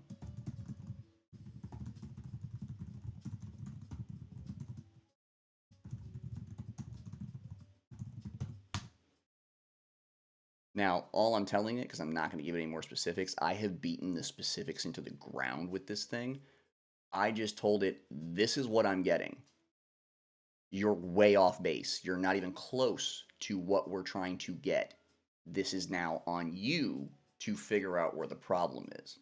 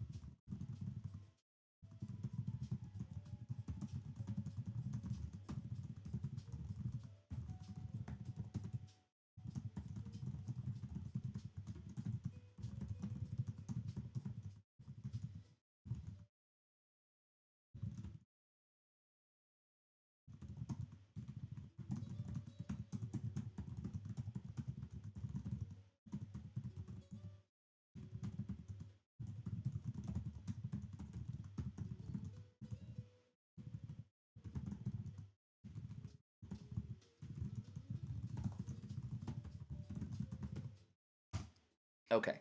So I'm informing GPT that it keeps giving me this long line of information explaining to me, oh, this is what's wrong. This is why this needs to be fixed. This is why this needs to be changed. I don't need all that. I know what needs to be fixed. I keep telling it what to fix, and it's not listening. And sometimes that happens. So I had to make it aware. The problem isn't that I don't understand what I'm asking for, and the problem doesn't seem to be that you don't understand what I'm asking for, because the notes that you're giving me are correct for what I'm asking, but they're not translating to the mid-journey image. So, being the supposedly more intelligent being in this conversation, it should be able to figure that out on its own, and it doesn't appear to be doing that. So, we're going to give it another shot with a new prompt and see what it does.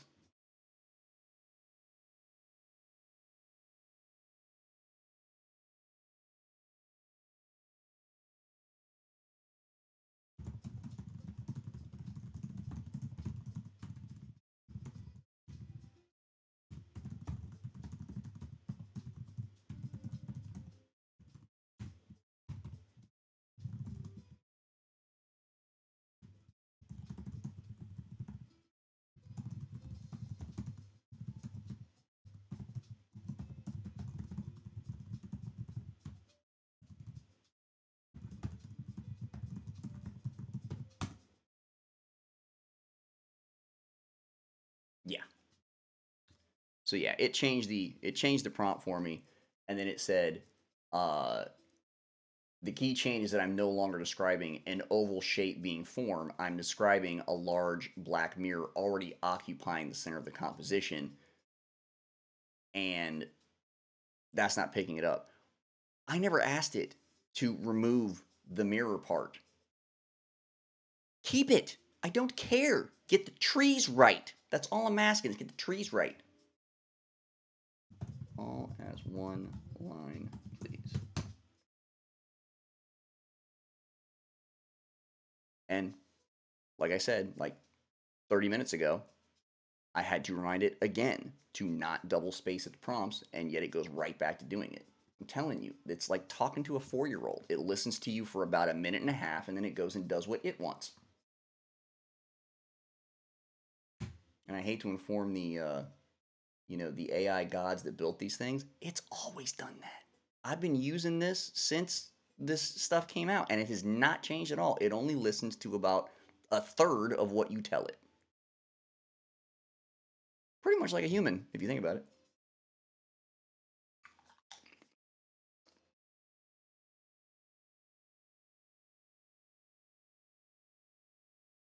Yeah, no, we're way off the reservation now.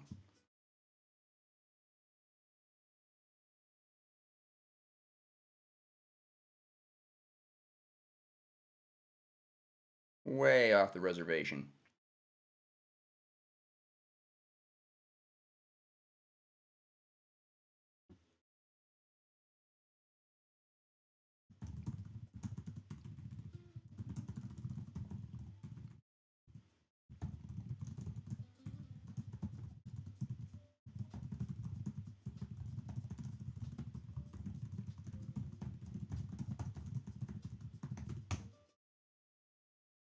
All right.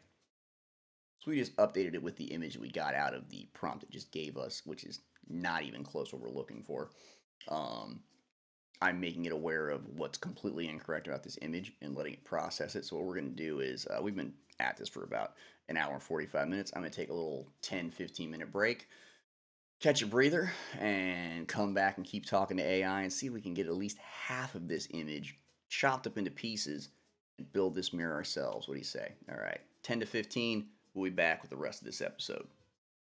And we are back. So it looks like we have run up against a little bit of a problem. But you know what? When AI fails, the design merc prevails. So we're going to be designing this ourselves because apparently AI is just unable to comprehend the difficulty involved in this particular image. I just had an entire conversation with GPT about how I found it very difficult to understand how you're supposed to start with something that may not necessarily be the best, but you start with something and then you iterate closer and closer and closer to what it is that you're looking for. And how in this particular process, we continue to iterate further and further and further away from what it is I was looking for, and how that was its fault because I kept telling it repeatedly what I was looking for, and it kept telling me, "Yeah, I know what you're looking for," and then nothing, further and further away. Now we're in Alaska, so what we're gonna do is we're going to yank all of this nonsense and do what I should have done to begin with: build it my damn self. So we're gonna drop this bad boy in here because at least we can start with this big black egg and the beginnings of the growth here at the bottom. I'll put the trees behind it myself. So we're gonna blow this up a little bit, and we are going to get it situated where we want it before we start building. We want it right about there. Oh, yeah, right about there. All right. Now it's going to be too high, obviously. So we do need to drop it down a bit. We're going to want the top of the mirror to be probably somewhere in there. We'll start there for now. We'll see. We're going to take the Wonderland logo off. We are going to see, and I don't think it'll do it, but I'm going to try it anyway. I'm going to see if I can get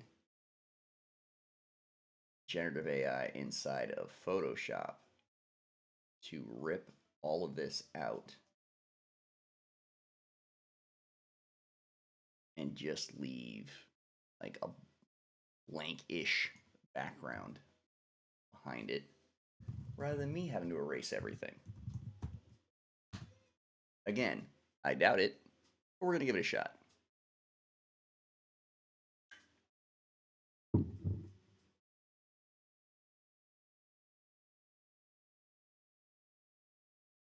At some point, somebody's going to have to fully explain to me how a raid works, because it just happened and I have no idea what happened.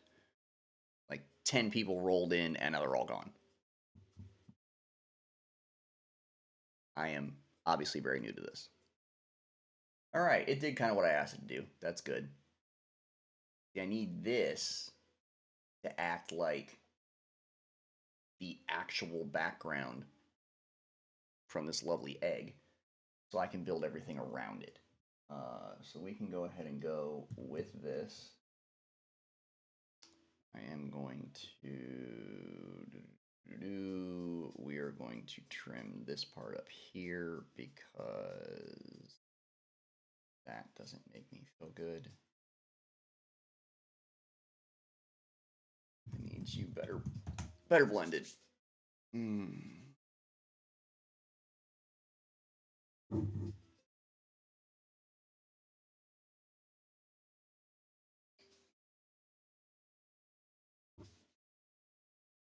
There we go.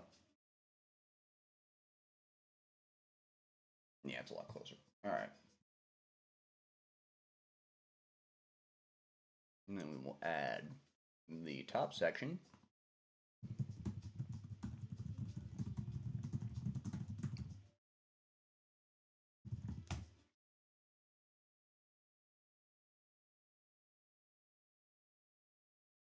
And again, this is all using generative AI inside of inside of Photoshop, actually. And look what craziness it did. I don't even know what any of this is. All right, well, that edge is close enough. So we'll just do it again from there. This time we will remove object. A lot of times when you have a background that is kind of nondescript, or it has a particular style to it to where you can't really tell what it is, when you try to extend that inside of generative AI, if you don't give it a specific style or object that you're trying to extend in the prompt, and you just do what I do, where I say extend it with similar style and composition as what I'm already working with. That's a very wide window. I'd probably say about 60 to 70% of the time, it picks up understanding that I'm asking for just more of the same, like more of what is already in the image. Just wants an extension of that. It usually gets that. But about 30 to 40% of the time, we get what just happened, where it gives me a little bit of that, and then it draws a direct line across the page and puts something completely different in the same like paint style, but completely different than what is on the rest of the page for absolutely no apparent reason. But it's probably just because um, within the wide range of that prompt, which is just extend this similarly with the same style and composition. Well, it's the same style, it's the same composition, it's just not the same color, shading, content. So you got to be very specific when you put those things in, or you're going to have to work with what you get. Good thing is I'm very comfortable working with what I get. So we have now kind of created a new background. This doesn't look anything like we want it to, but at least the bottom is kind of getting there. Like we've got this kind of creating around this black space. Do not worry about the black space. I will deal with that later. What I'm worried about now is getting the tree structure wrapped around these correctly. So, how do we do that? That is a very good question. Because most of this stuff does not apply. So,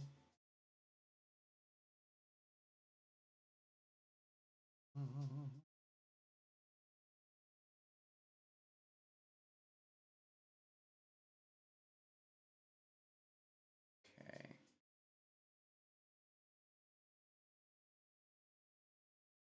Let's try something else. I'm looking for a simple image still in our Wonderland watercolor design style of two trees on either side of a path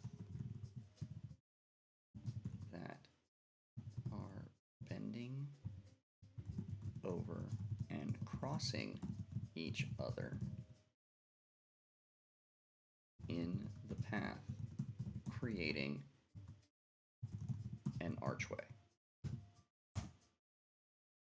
Now what I'm trying to do is I'm trying to just get the upper part where the trees bend over, cross, and create that top archway. If I can do that, I can place that part on top of what we already have and go from there. But it's still got to create that archway. Otherwise, I'm going to have to spend 5 hours building an archway out of tree because it can't seem to get it right. Which it is just, what are we doing? If you can't handle that part, come on now. So we drill it down to it just being the branches that are on top of the mirror. So all I'm looking for is two trees on either side of a path. They both bend over, they both cross in the path, and they make an archway. That should be super simple, right?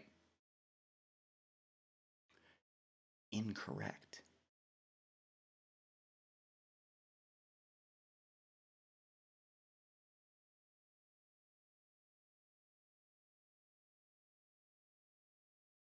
Yeah. Okay. Need the trees to be slimmer. They need to cross in the air over the path and continue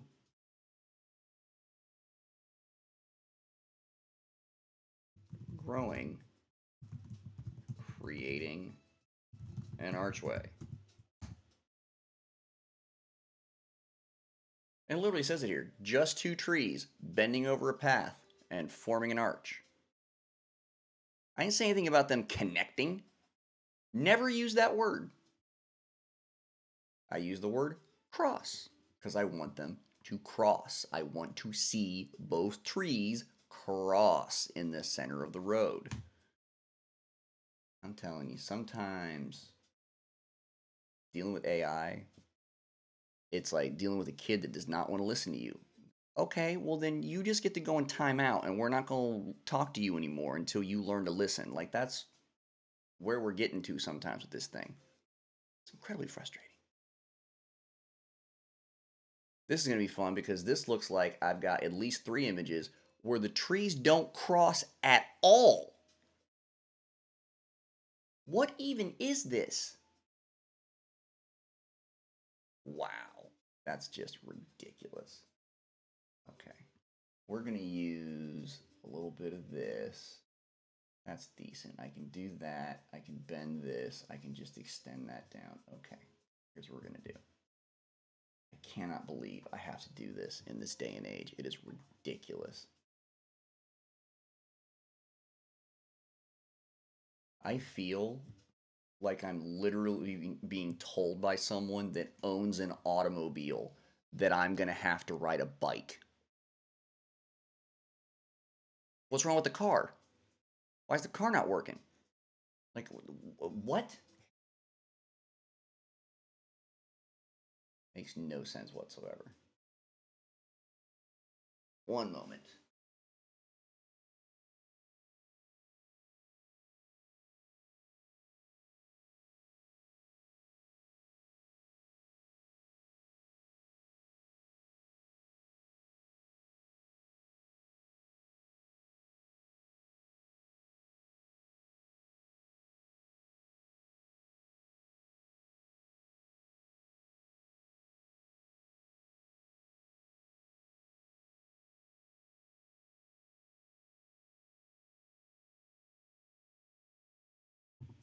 Oh, okay. I had to take care of a coughing cat. Now, what we're going to do is we are going to erase most of this junk because it's not necessary, even part of this tree, even though we're going to use this tree.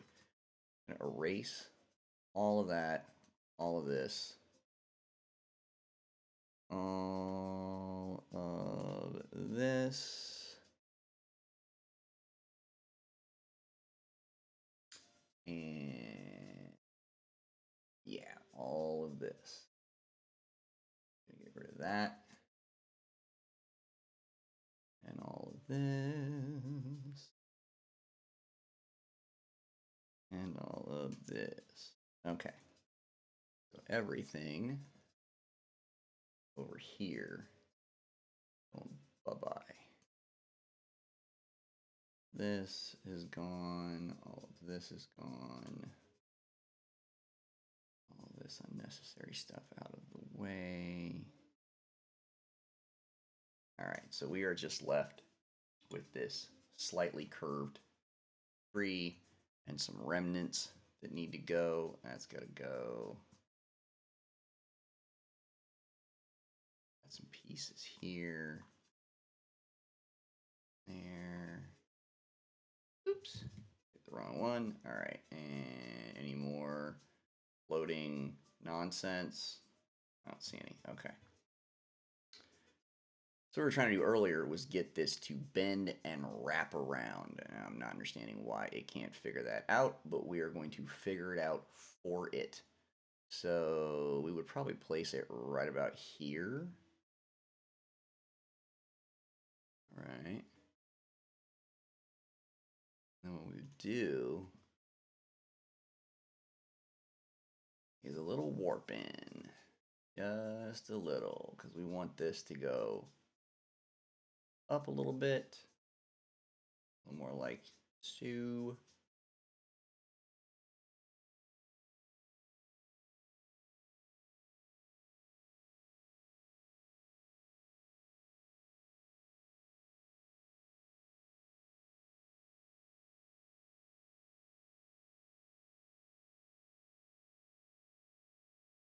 Yeah, it needs to come down like this.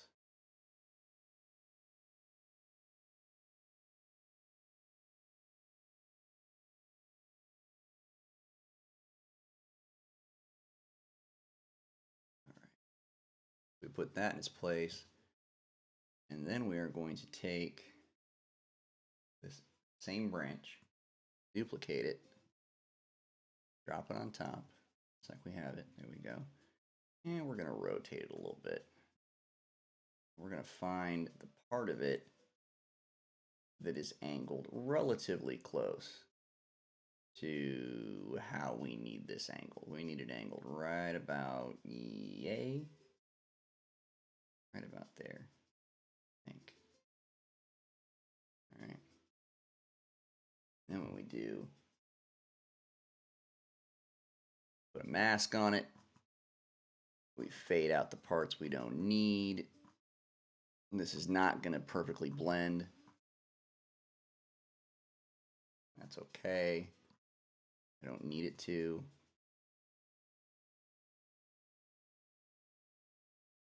This part is fine. What we want is just the extra curvature. So you go along this top edge. That top edge, you want the bottom layer that you're working on to be where the top edge is at. What you're looking for on the far side here is you're looking for that bottom edge to match up with the mirror. So you got to be a little careful with it. And it looks like we just made a spot there. We didn't mean to. Right there, yeah. You just want to go along this top edge right here.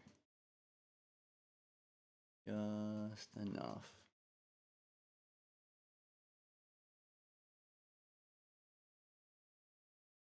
To clear that out. Yeah, just like that. You want to link those two together. Look at how good that looks. All right. Cut some more off of this bad boy. So it looks like they're same piece. Grab some more off the top. So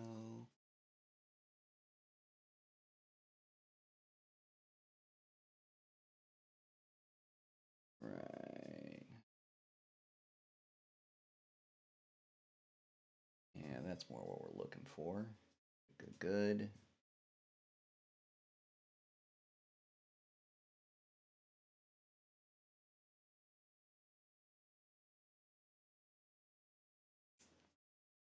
Now it may end up having to go up a little higher.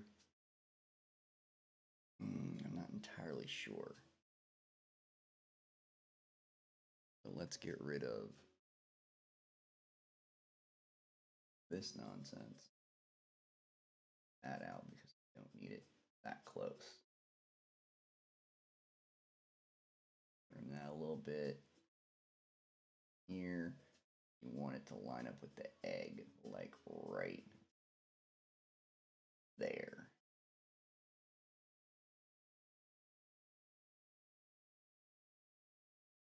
And see the whole idea, and again, it may need to be where we take this branch and we raise it up a little bit higher so it goes behind the logo, because you don't want it to look like it's a like it's some kind of weird heart, because I know it can get in that range, and that may be why it's confusing Midjourney to a certain degree.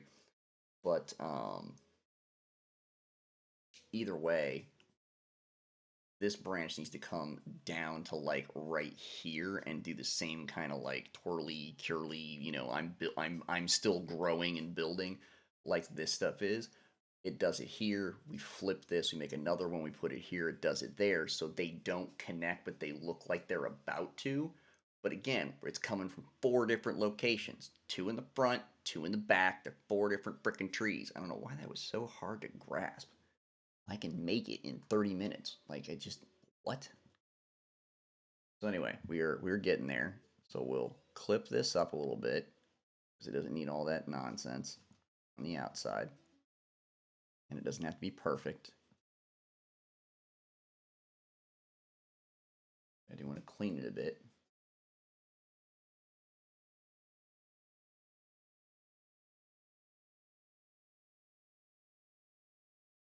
Just so we get a good view of it.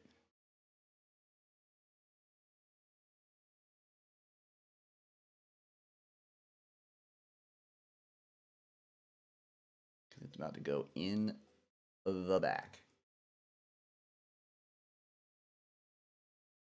All right, so this is the top. We're going to shave this part off. Da, da, da, da. And see, the really horrendous part of this is that, first of all, AI should have been able to pick up the archway part completely on its own. And then actually make it ornate and look like it was, something that is somewhat pleasing to the eye, was kind of what I was trying to go for. But because it couldn't do both of those in the same step, now we are probably gonna have to go back after I construct the actual structure of this thing so it knows what it's looking at, and I'm probably gonna have to go back through and have it reimagine this entire thing in the correct shape, but with all of the detailed and elegant foliage around it, like I asked for in the first place.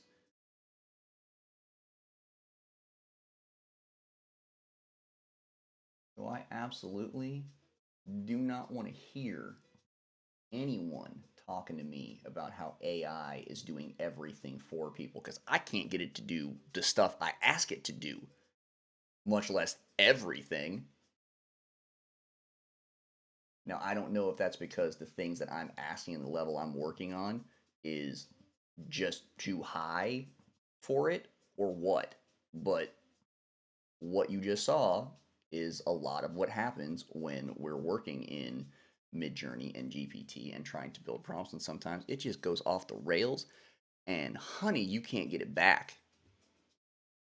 Once it heads off into whatever land it goes to, it's like trying to herd cattle and they're just running everywhere. So sometimes you have to cut bait and run. And that is what we were doing here. Thankfully, the design merc is here to fix it and make what he wants anyway.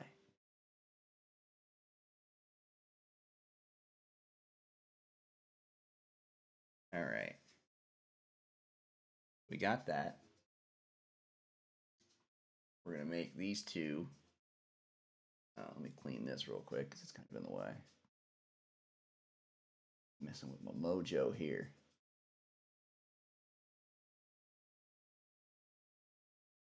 I know you younger kids don't know what mojo is. It's the predecessor to Vibe. We used to have mojo. Now I'm not sure if mojo exists for most people.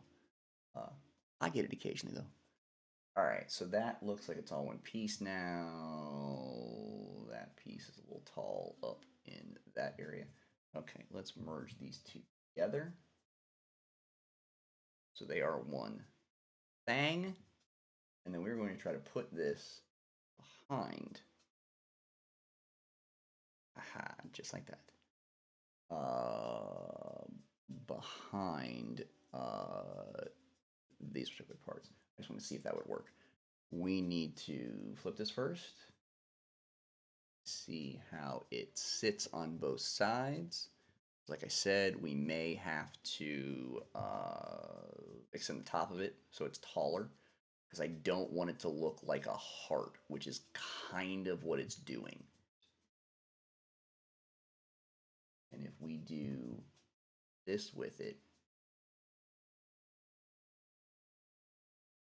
and make them more like this,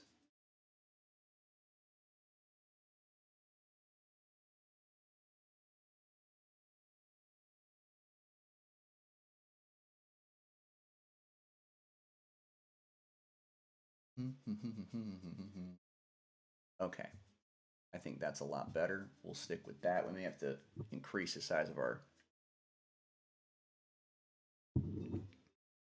increase the height of our mirror there, but I can guarantee it's not going to be mistaken for some kind of Valentine's Day card. So then we take. I'm gonna put those back there yet. You're kind of driving me wild with the perspective. Yeah, why not? That's going to get covered there, so it gets shaded there. That works. All right. So we are now going to place the one on the left here, behind everything, in the front, because that's where the actual freaking tree is supposed to be located. Go duplicate that. This is going to be a double overlay. Some of you that have watched our episodes before are familiar with this progress or with this process. A double overlay means that I have a base that is in there to keep me from going too far off the rails when I start shading. And the top overlay is the full color version. We try to keep those separate here because we want this tree to appear as if it is behind a fair amount of this foliage. And to do that, we've got to do a little masking.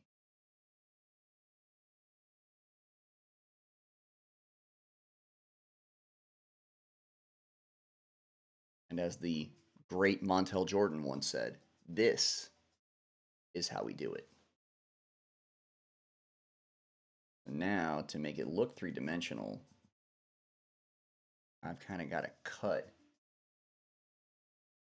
this chunk out of there. Or do I? Do I have to cut it out? I don't. What I can do is a little magic trick. I'm going to show it to you guys. You can actually go cut this image. That's what you want on top. Copy it, paste it in the same exact place, lay it above your top layer, and just erase around it. It's going to look three-dimensional. It'll be in the exact place it's supposed to be, and it's also a double overlay because you have the original in your base image. So if you play your cards right, and you shade this properly, or what I'm going to do up here is I'm going to cut around it with an actual eraser because that's a pretty solid line it's got. If you do that right, it will look like it is in front of the tree, even though only that part is in front of the tree. So yeah, right about here, we have to quit fading. And we've got to actually use a brush because you can see there is a, let's zoom in here for you guys. You can see that this curve has this fine black line right along the edge there. When you have a direct line like that, fading into it is not going to get you anywhere because you can't fade that finely. It's not going to be right up against the pixel color change. So the best thing to do is just to get out the old hand eraser and click yourself away. And make sure you get that clean edge because a clean edge in the world that we're working in is what defines you. Because a lot of people out there are not cleaning their images, they're not going the extra mile, they're not making sure that everything, details and details and details, are screwed on tight. Things are getting sloppy. And we do not like to do that here. We like to take our time, we like to do things right, we like to edit because we make mistakes.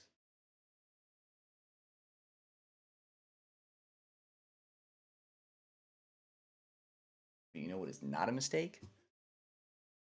Picking up Wonderland Nightmares and Dreamscapes when the Kickstarter starts in a few months. That will not be a mistake because you will get to see all of this content monthly in the modular campaign. All 14 modules will be coming directly to you at whatever address you give us. We will make sure of it.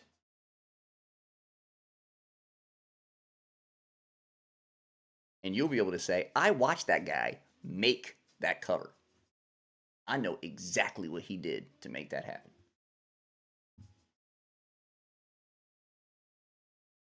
Okay, so we got that in front. What is going on there?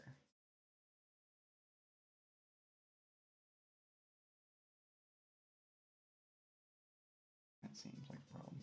Oh, is that just like that? Crappy.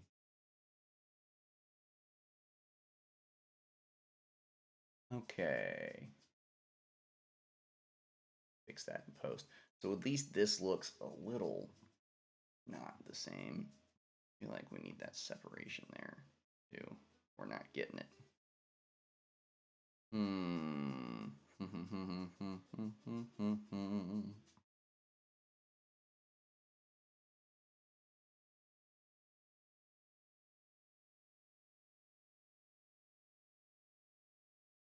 Alright, maybe we gotta put these out just a little bit further.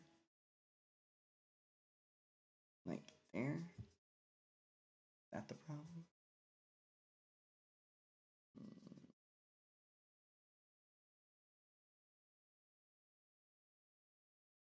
Maybe. What if we just move these out just a smidge more?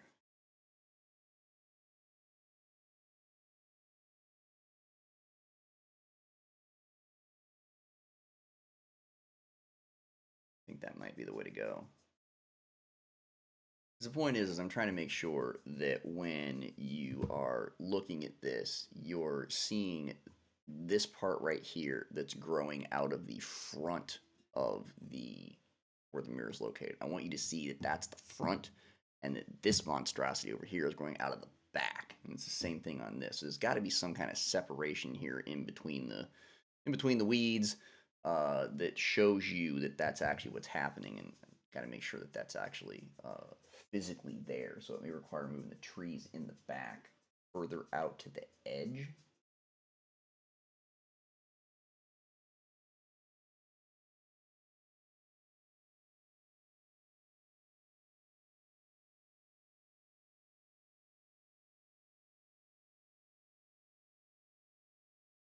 Oops, wrong one. Still wrong one. What is going on there? Oh, that one. My bad. Sitting on the wrong layer. Okay.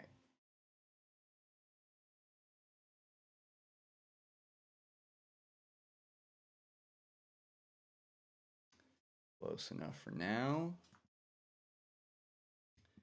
What we're going to have to do is back out that mask and rebuild it, because now that we've moved it over, it doesn't mask in the same places.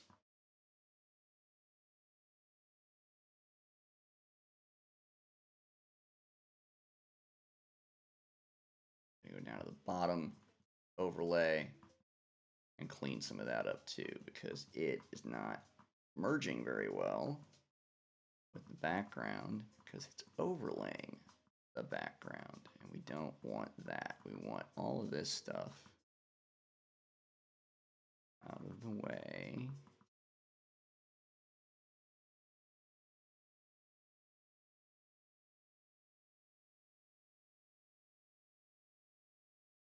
There we go. I want all of this stuff out of the way, like everything up to here, I believe. Should be pretty close. Now we drop this guy on top.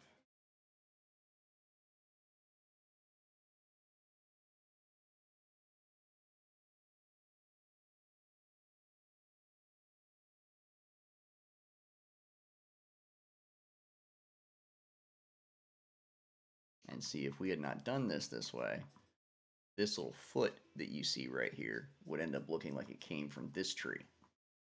And that's not what we're looking for. We want it to come from this part that's in the front, this foot. So this needs to look like a separate thing that is behind all of this.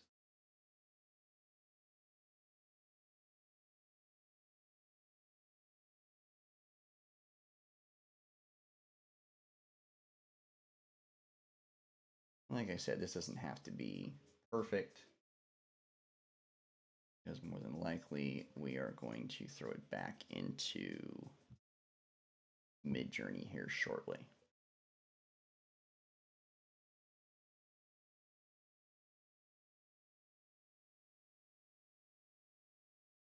All right. Whew. Now, even though the masks aren't going to match, I'm going to copy this over, flip it to the other side so we have both pieces.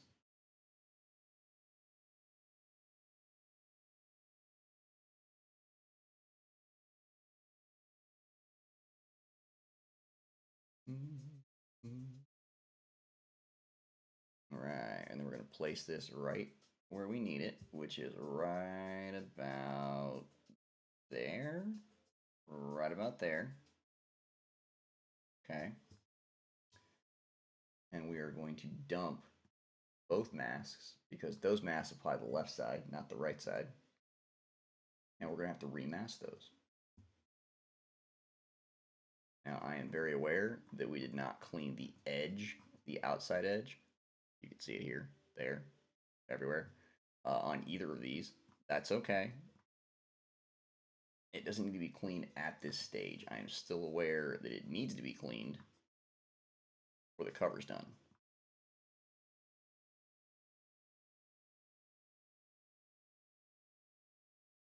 All right, let's get rid of all of this extra nonsense, whatever this is. Whatever that is there.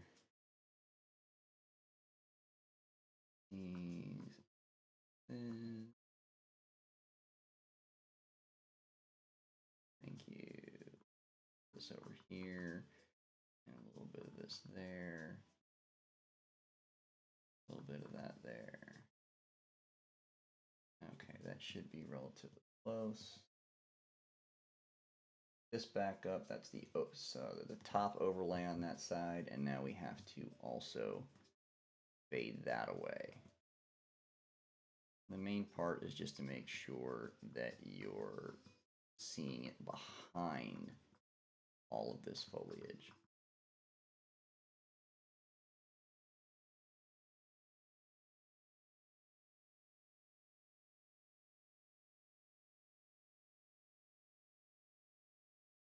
See, if I had done the tree over there this way, this is how it would look. You see that big fade line right there?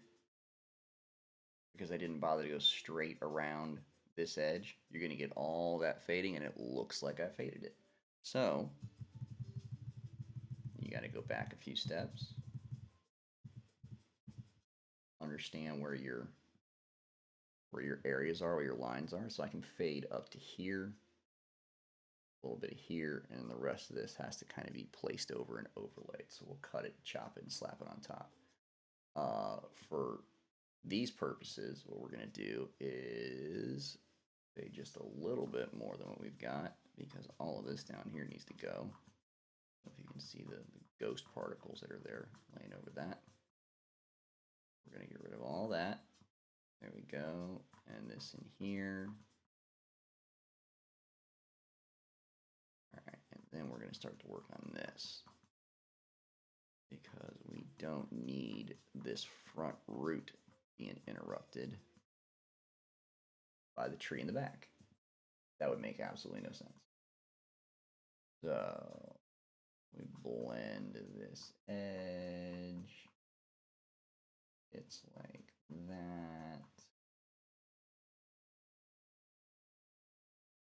Blend this a little bit and that a little bit.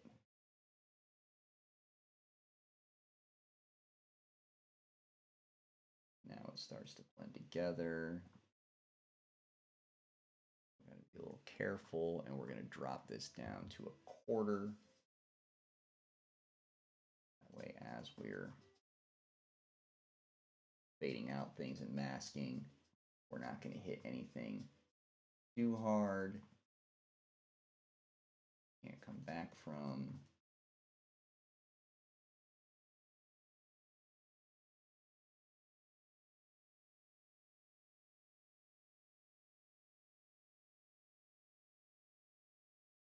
Like I said, this particular area doesn't have to be super perfect or anything, but I do kind of want to get the je ne sais quoi of the tree being behind all this shrubbery and behind this.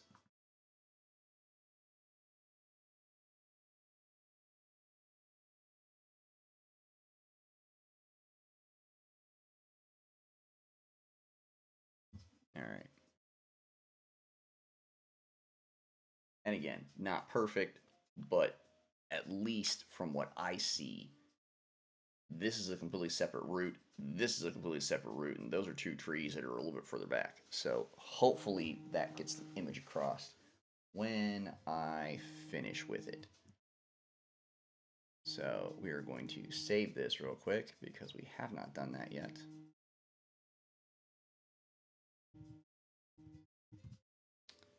And dun, dun, dun, dun. There we go.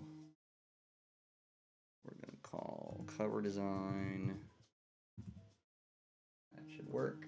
Save that right there. And then what we're going to do is go back into Midjourney real quick here and see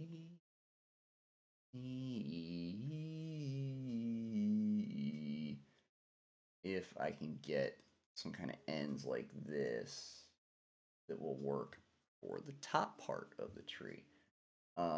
This might not be too bad. These right here, they kind of grow out and whatnot. I might be able to work with that. Not very curly Q though, are they? So what we're going to do is we are going to run this again with a subtle variance and see if it will give me the same kind of thing where the roots are kind of curving up and just starting to grow. I want the same kind of tendril look, but I want to grab it and slap it on the two ends that are hanging over the overhang, and that's going to be kind of different angles and different different curved branches. So I don't want to use the same ones that are already in the image. And look at that. For once, gave me exactly what I was looking for. These right here look pretty good. And this bad boy right here that's crawling out of the... See, this right here is what I was asking it for this past 2 hours and 45 minutes. Tree limb coming from here, another tree limb coming from here, and touching like a Da Vinci painting. That's all I was asking for. And when does it give it to me? When I'm done asking for it. Yeah. Super helpful. Thanks, Midjourney. So, we're going to grab this. That, by the way, is the muse making fun of you. In case you're wondering what that whole thing was about. That's what it's about. That's Muse going, oh, you think it's just going to easily flow and it's going to do whatever you ask it to do. Well, you're an idiot. You're going to have to work for it. And then it makes me work for it. All right. Now we are going to upend this bad boy. Hello. We are going to do that will have to go chop, flip.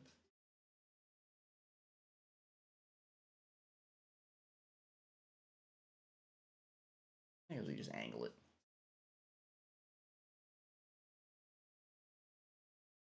Yeah.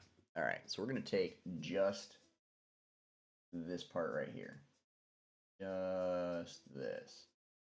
Not even sure we're going to need all that, but we're going to take just that part. Copy it. We are going to paste it. There it is. All right. So now what we have to do is we have to rotate it just a bit and try to aim it so it looks like it's creating what I want it to create. Don't worry about the mirror being smaller than the space. I'm going to fix that. Right now, I'm just trying to get it to look like it's growing in front of you. I told you that might be tricky. I was not kidding. All right, so if we attach this to that, it's going to go that way. And that's not making the mirror. That's not doing it.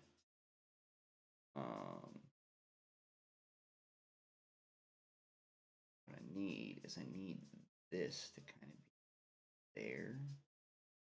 That to be like.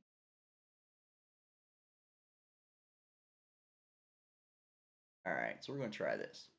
We are going to try this, folks.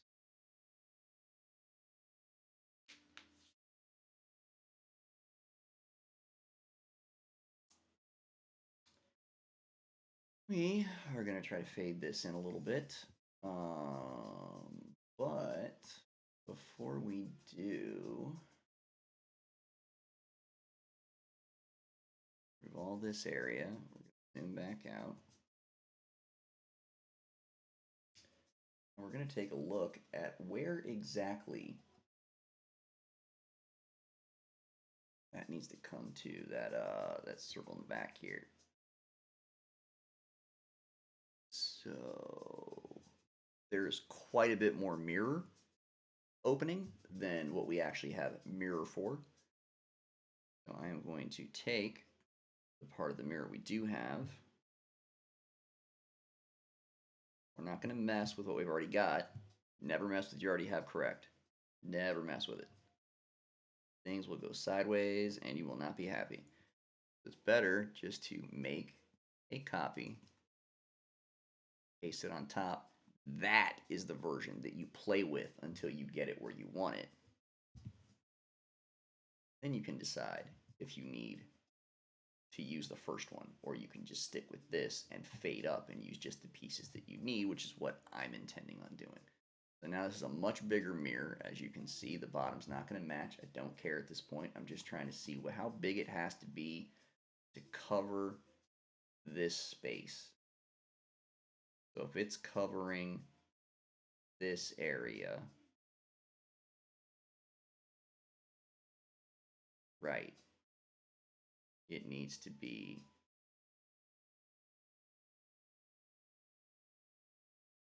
wider, like so. A little more stout, like that.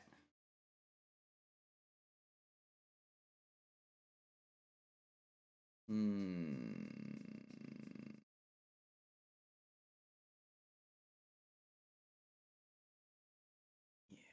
I'm not happy with that either.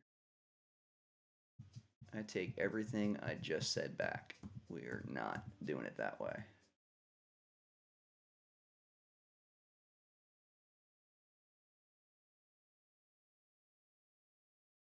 That's where I got that wrong.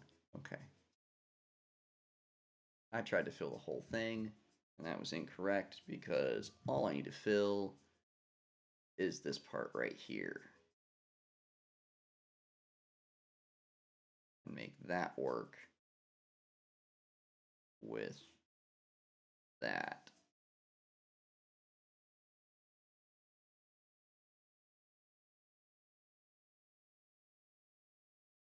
I have to shape that down, particularly on my own. But that's how we're going to build it.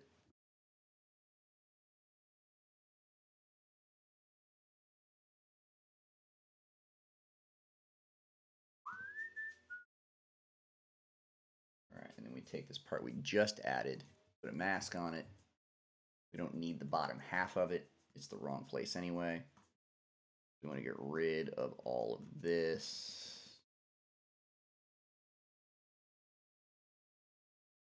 Higher bottom section is going to look like a duplicate because all we did was copy paste it and move it up. We're going to get rid of this whole thing.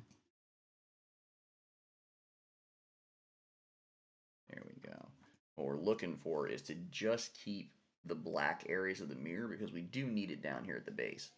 But we're trying to connect it up here at the top.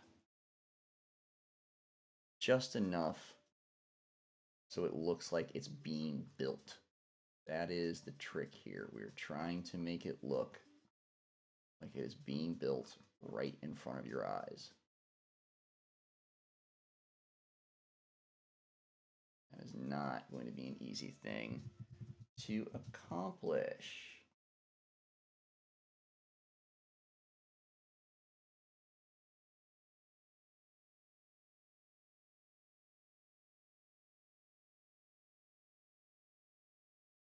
There we go. That gives me most of that. We can get rid of this. And then we take this mirror that we just dropped on top of the other mirror and we do a little warping underneath it, over it. Oh, that's that piece, that's why. My bad. Need to go up here. Or under that. Over that. Alright, folks, I have really long eyelashes, and they love to get in the way when I have glasses on, and then I cannot see. You'll probably see me do this quite a few times over the next few months. Alright.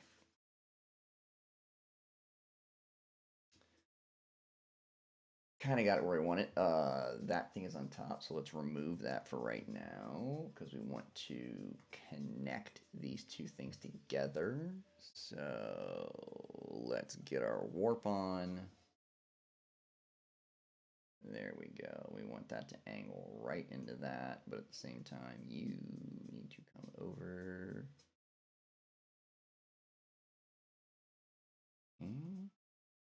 Here we go. Yeah, warping is a very interesting trick. Being able to manipulate pieces inch by inch as you go about trying to bend them to your will, you would say. Now I know this is looking more like an egg as we go. Get that?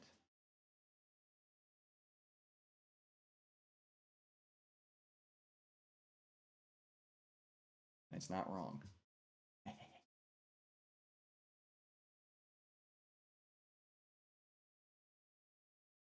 Because again, the way I'm building this is so it looks like this is happening in front of you. And making a single still shot look like it's in the middle of an action without people, good luck. Good luck. All right, so that's where that needs to go. This can now go where it needs to go, and it's going to need to... Okay, so you're going to have to be faded right. Oh.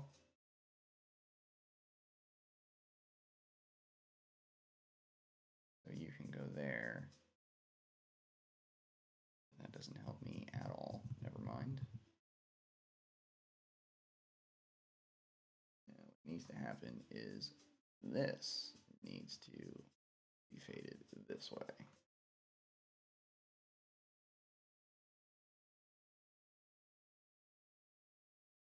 There we go.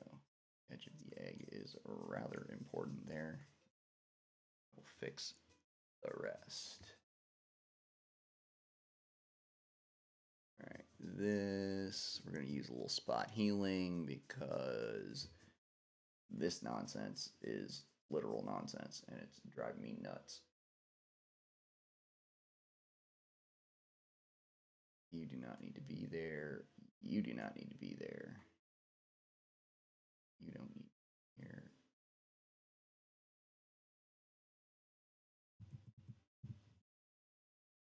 All right, let's get rid of all this nonsense. Let's get rid of that nonsense.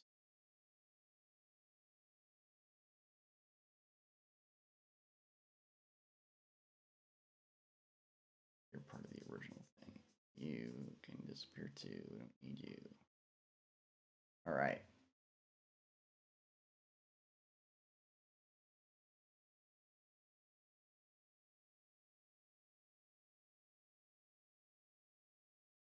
That'll work. And on the right side here, we're going to get rid of whatever that is. And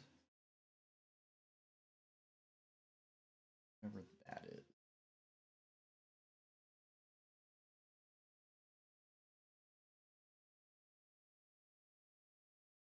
There we go.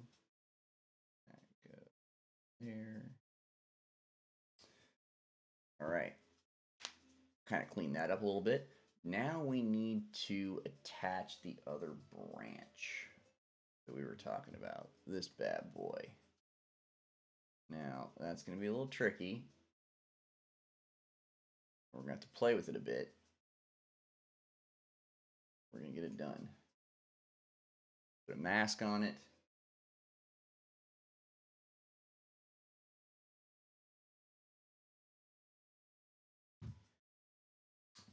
All right, throw a mask on it, and we are going to kind of merge it into what we've already got. Let's get rid of some of this nonsense over here that you're not going to see anyway.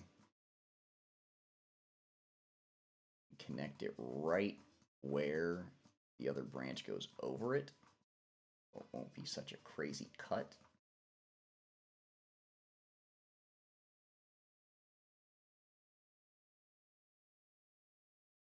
A little fading here.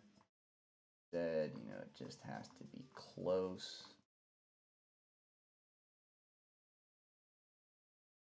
Because more than likely, this is going to end up back in mid-journey. Saying, okay, now that I've stitched this thing together, make it look like one actual complete image that you made.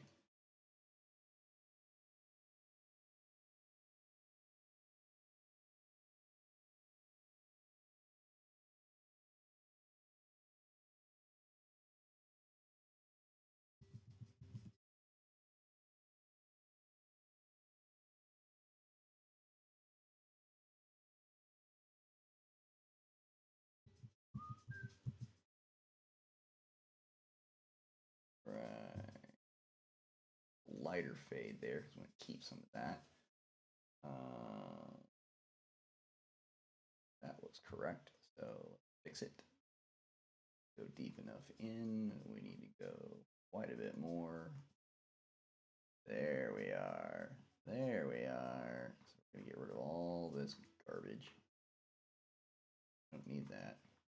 I just went around it.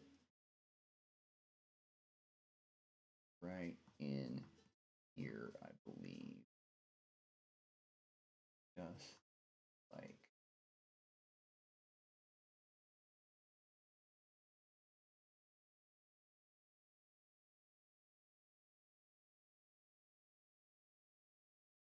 now see if I did my job right. I do try to do, if at all possible.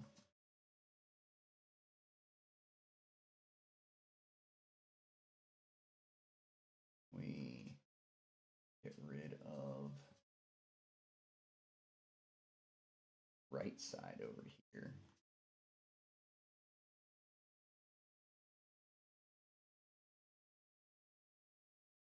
This one.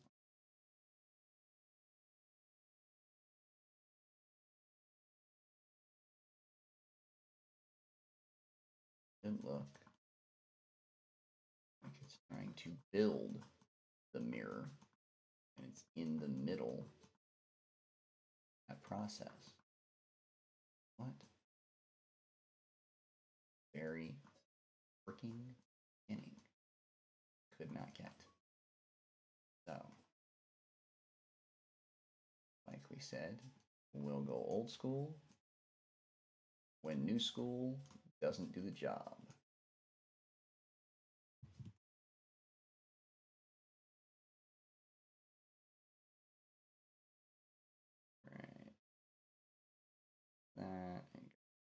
this.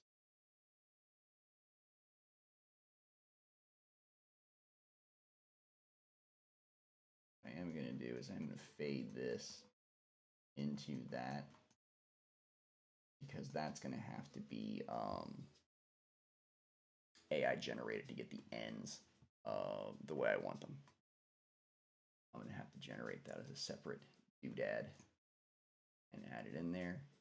For right now, that is pretty dope. Now we're going to drop our transparency, because we've got to work in a tight little area here, and you don't want to erase all the good stuff that's in that area. You just want to get rid of the stuff you don't need, which is the kind of the background part. So if you can be intentional about where you're merging, where you're fading things out of, and how much of a percentage you're using to do that with, then you will end up with results like this, where you can get rid of a lot of the background coloring that's taking away from what's going on in the foreground, just by lightly going over it.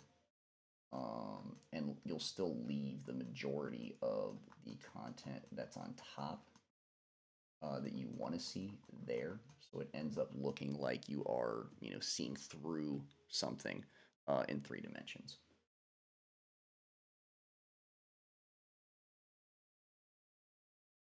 We want to keep these little branches that are, kind of growing off to the side and out of the way. We want to keep that because that keeps it realistic.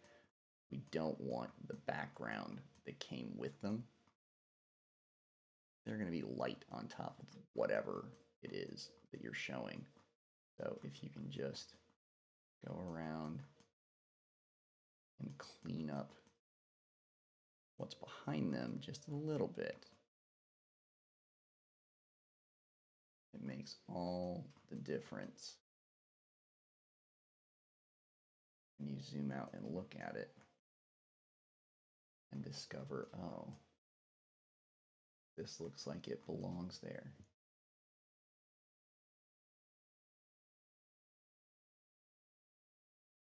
Right, so we got some black areas in here that we need to get rid of.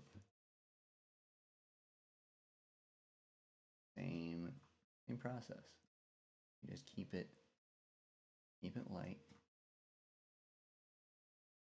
Keep it close in. Don't get too crazy with your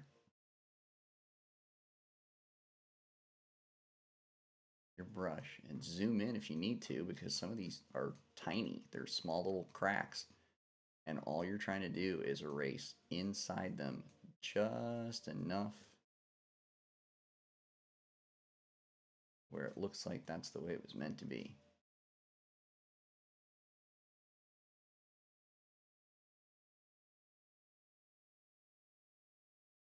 There we go.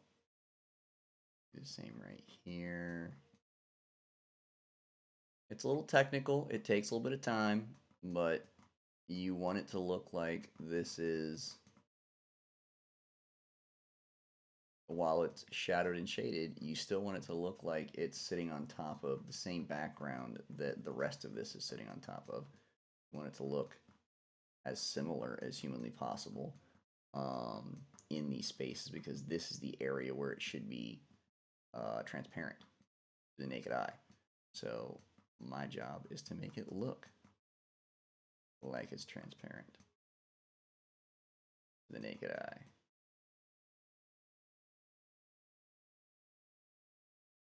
One second.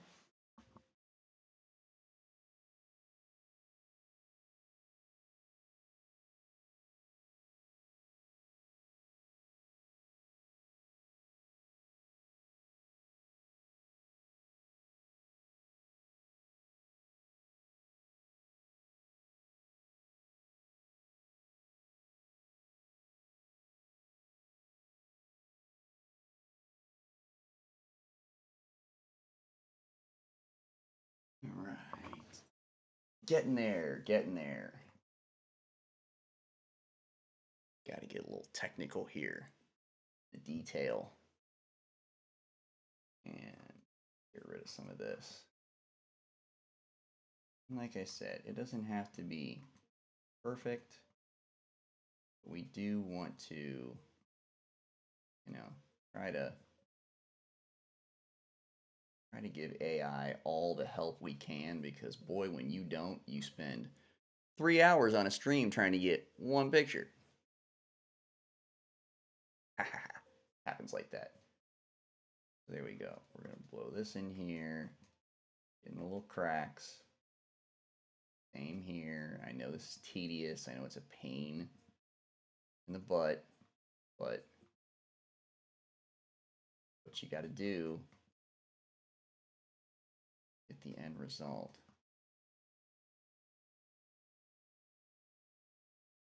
You don't have to spend all day doing this. Like I said, you can fudge a little bit of this here so it looks like it is see-through.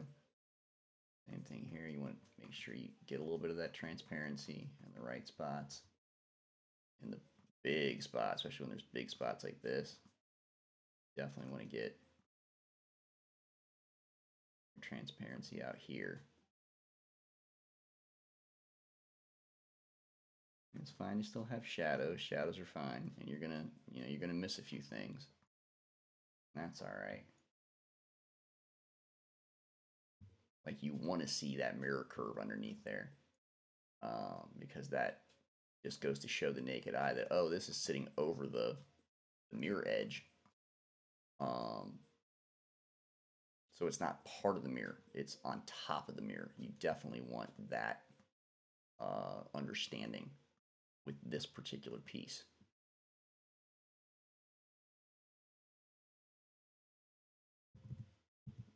Back on that. This instead.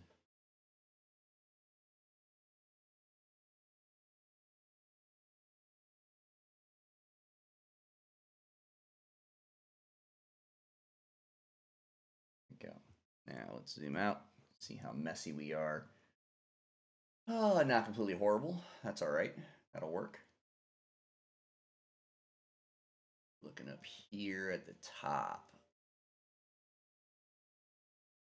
We can probably blend that a little bit better than we did. We say a little slapdash. Get rid of this here and make sure this edging is seen and correct. That here. Yeah.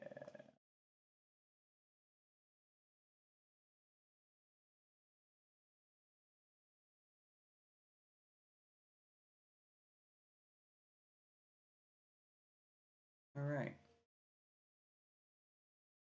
So for all intents and purposes, we can accept that. Let's go get the other one. You want to use this one? Kind of curlied in a strange direction. Let's maybe not use that. Let's go back to our mid journey and grab the other one that looked pretty good, like this one. There we go. That has the Leonardo da Vinci branch. The Da Vinci branch. We're going to grab that one. You can already see over here on the right, we're stacking up layers. All right, so we got this piece. We're going to make it a little bit bigger so it at least fits the size of the frame we're working in, like you.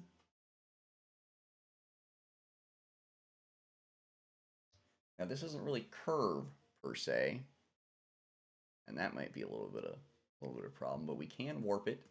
We do have the warp power. We do not have the warp speed, but we definitely have the warp power. All right. Okay, we're gonna get rid of all of that nonsense. We're not gonna need that part. That too. All of this can go bye-bye. All of this can go bye. Entire bottom half of this image can disappear because we do not need it. Go in, erase the whole thing. Get that. This piece over here around the edge of the piece we need. Make you all of this go. There we go. Get rid of all the excess plantery. Good deal. Now all we should have left is some remnants. We're gonna get rid of right now. There we go. I see you. This guy and that girl. All right. Okay. Now what we got to do is weave these little branches, or at least one of these little branches, into that. I'm probably going to have a better shot doing it with this one, but it doesn't exactly curve the way we want, does it? So we may have to do a little bendy bendy.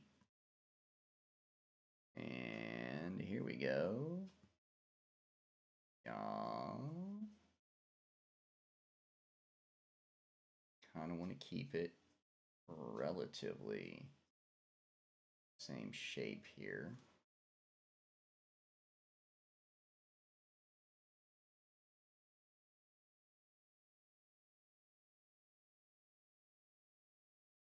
Curving like that.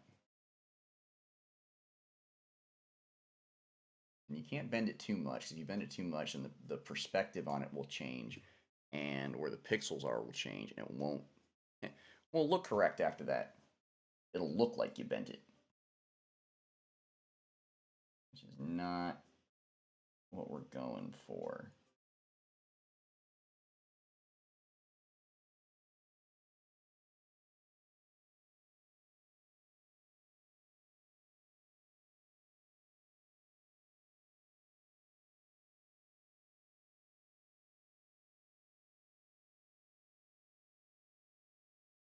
I think that's going to be pretty close, but I can't really tell without. Not even close to it. Not even where it needs to be. Let's. That's hanging down there. This needs to go.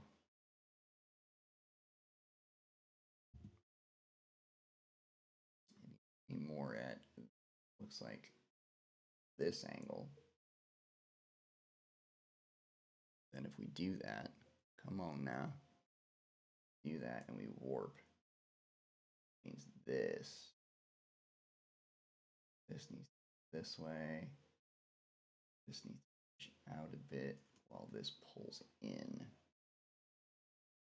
Yeah, the trick is getting it to bend at the exact right angle we want it to bend at, because we want the edge of this to go around the edge of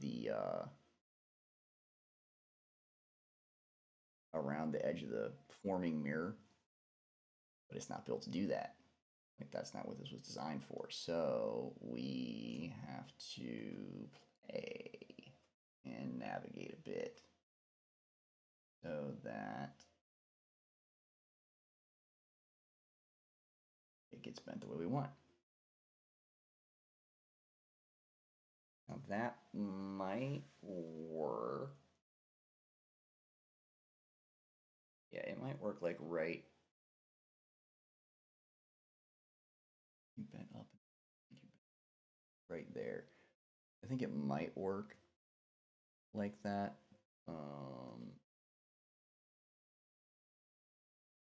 Because then once this comes down, like, this will bend right around here, and the mirror will come underneath it just like this does. So let's play with that and see if we got that right. We'll fade from there. See what happens.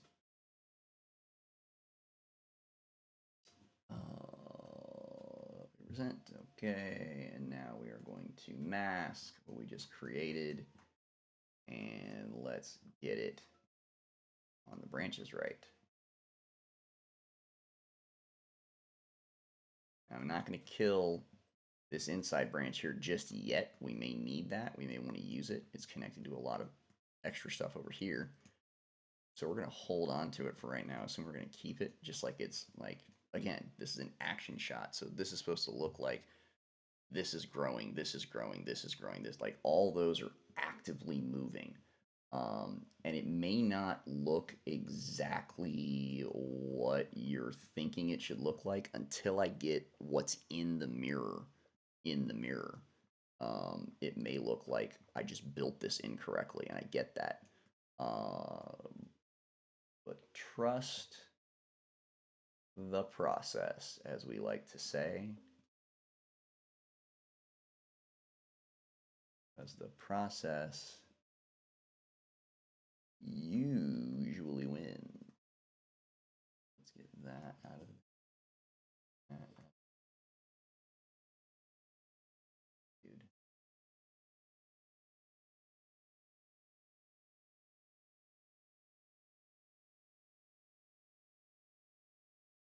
Dump all of this.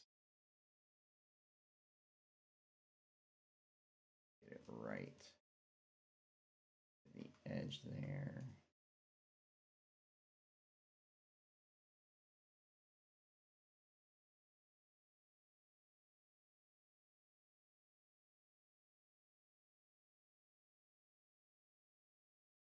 There we go. We blend this right. And like I said earlier, we can throw it back into Midjourney. It'll have a better idea what we're looking for, and it can go, oh, let me make you a clean one of those.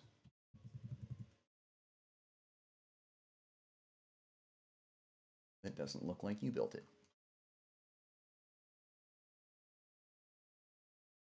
All right.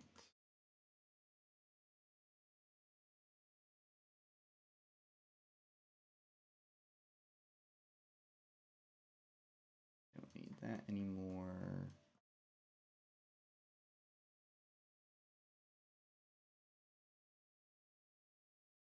Figure that out separately. All right, just over 3 hours in on this one, and finally getting this thing kind of where I want it. A little bit. It's definitely better than what I was seeing from Midjourney.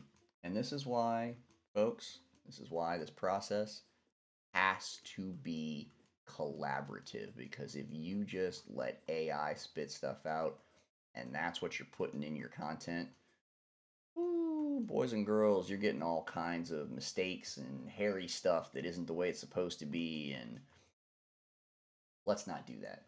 Let's not be that shady about content. We're better than that.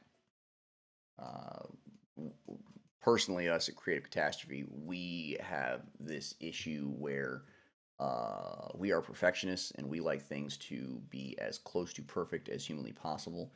So we are not fans of throwing out AI slop and calling it art, because it is decidedly not. So be warned, that is not our style. Our style is to take it just like we have. Not a problem using, the AI tools to create some of these images for us, but they have to be edited without question, because it's just not able to get the details correct in the way that we want to design our world. As you're seeing here, I'm going to erase quite a lot of this excess tomfoolery in here, because it is not part of this particular section of mirror that we want to keep.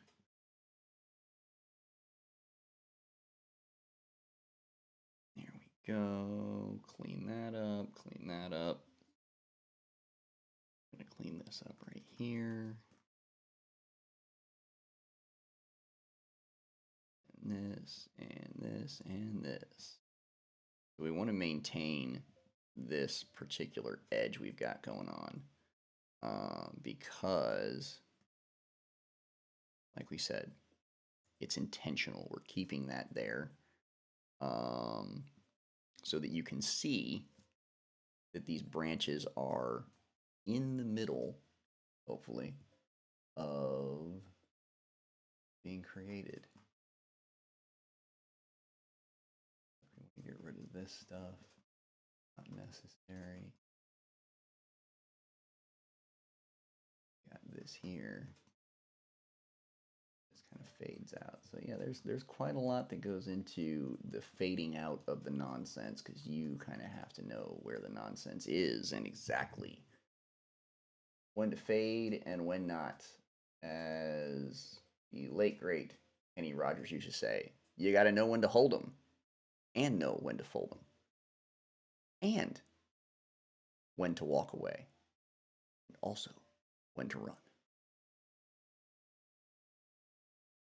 All right, so let's clean that little branch there. We want to keep this. Let's give it a little dimension. We want to get right in there, right to the edge. Very nice. Close enough. We want to take this area here and do the same thing. Get rid of all this extra nonsense.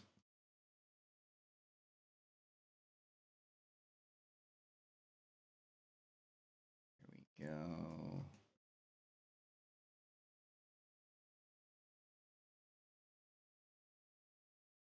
And that just goes to show you folks that it doesn't matter what your plan is when you go into a design. That could go sideways at any time. And you just have to roll with it, pivot, start over, edit, whatever you got to do. Sometimes you just don't get the choice. Like in our case today, we did not expect to have to come in here and build this mirror by hand. Truly figured that GPT and Midjourney together would be able to produce this, and sadly, not the case. The human had to take over and get things running the way they're supposed to. All right, we're almost done with this. We're just trimming up the outside of some of these wavy branches. There we go. Clean that, clean that. Like you said, it doesn't have to be perfect, but we do want it to be respectable. And I think we can dump this nonsense. Go, and we can keep that exactly where it is. All this, are you part of that? You are part of that. I think we're gonna get rid of this thing. I wanted to keep it, but it's so like falling apart and shady right there that it's not working very well. And then you need some trim yourself, buddy. This needs to come down, down, down, down.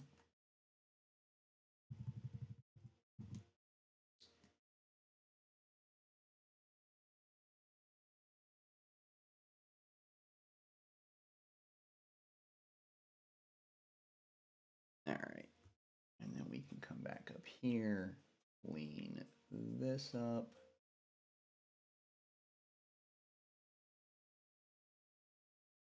Oh, there we go. A lot of this shadery out of the way. There's all kinds of shading stuff down here. Rid of some of this. And some of this up here. And then definitely this stuff.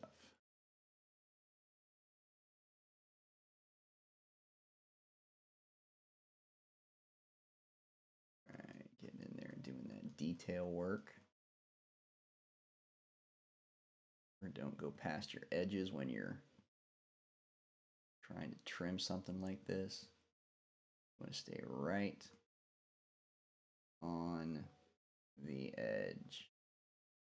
Worst thing you'll get little extra shadow. Go. What else we got floating around here? All right, that looks pretty good. That looks pretty good. Let's go ahead and get rid of this thing here. I don't feel very comfortable with that. It's not looking good, so go ahead and dump this.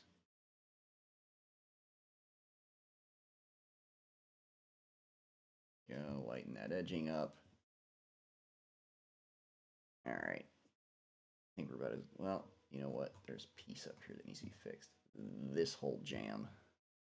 This whole jammy jam. Actually, we'll merge that later. If we can. Okay, so what has to happen is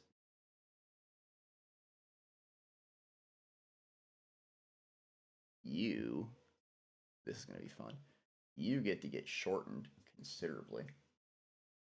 And so do you. That goes over top. We want to erase some shit on the inside. So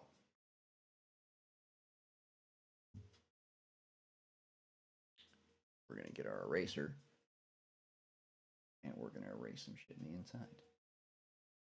Just like that. Oops.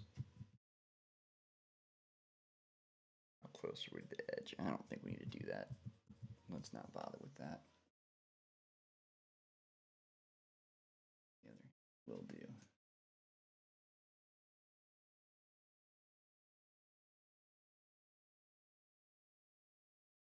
One of the things that keeps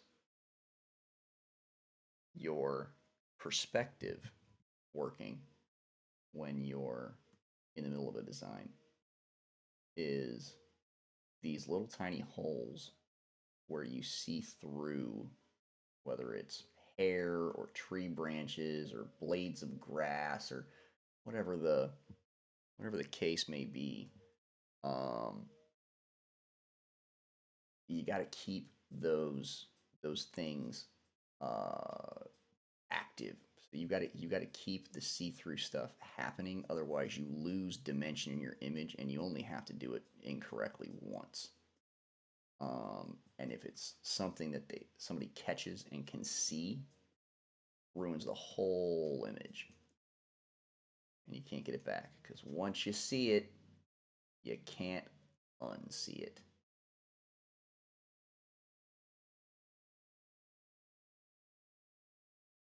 All right, so there we go. We are moving right along, and we're going to get right up in this little corner here and make sure we get the detail of this. Thank you. Clean that out. I'm going to clean this out right here.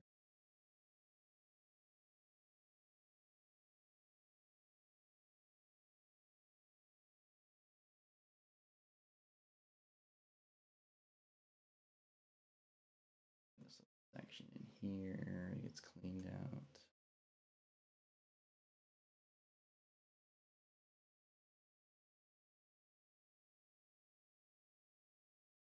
There we go. Same down here. Let's do this. Outline it a bit and then just erase away. A little too crazy there. Little too nuts.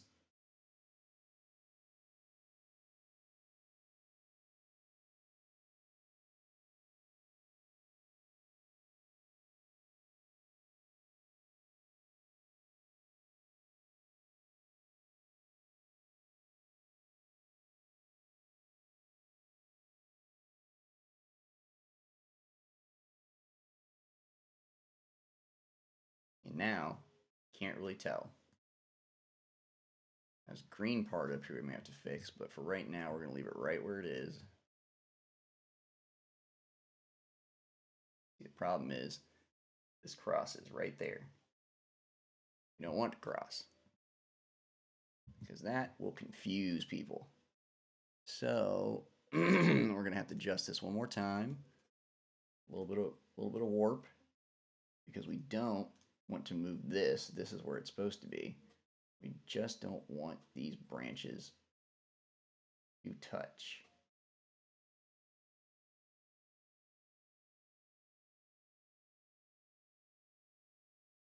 We'll need this to pop out like here. Yeah. Like that. Let me bring this back in.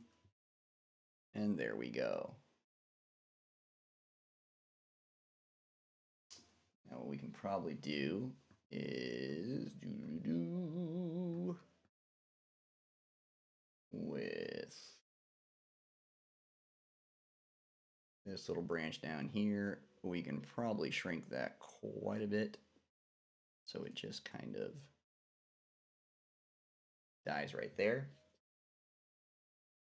And that gives us the separation we're looking for. Now, it's not exactly what I was trying to get, and we're not there yet, but it's a lot closer.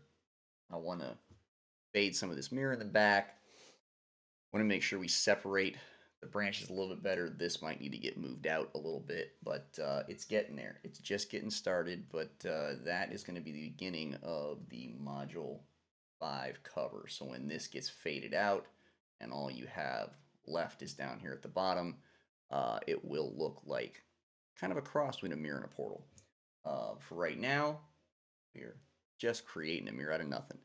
All right, we are 3.5 hours in for today's episode. We've gone a little bit over our time, about an hour and 15 minutes, but that's all right.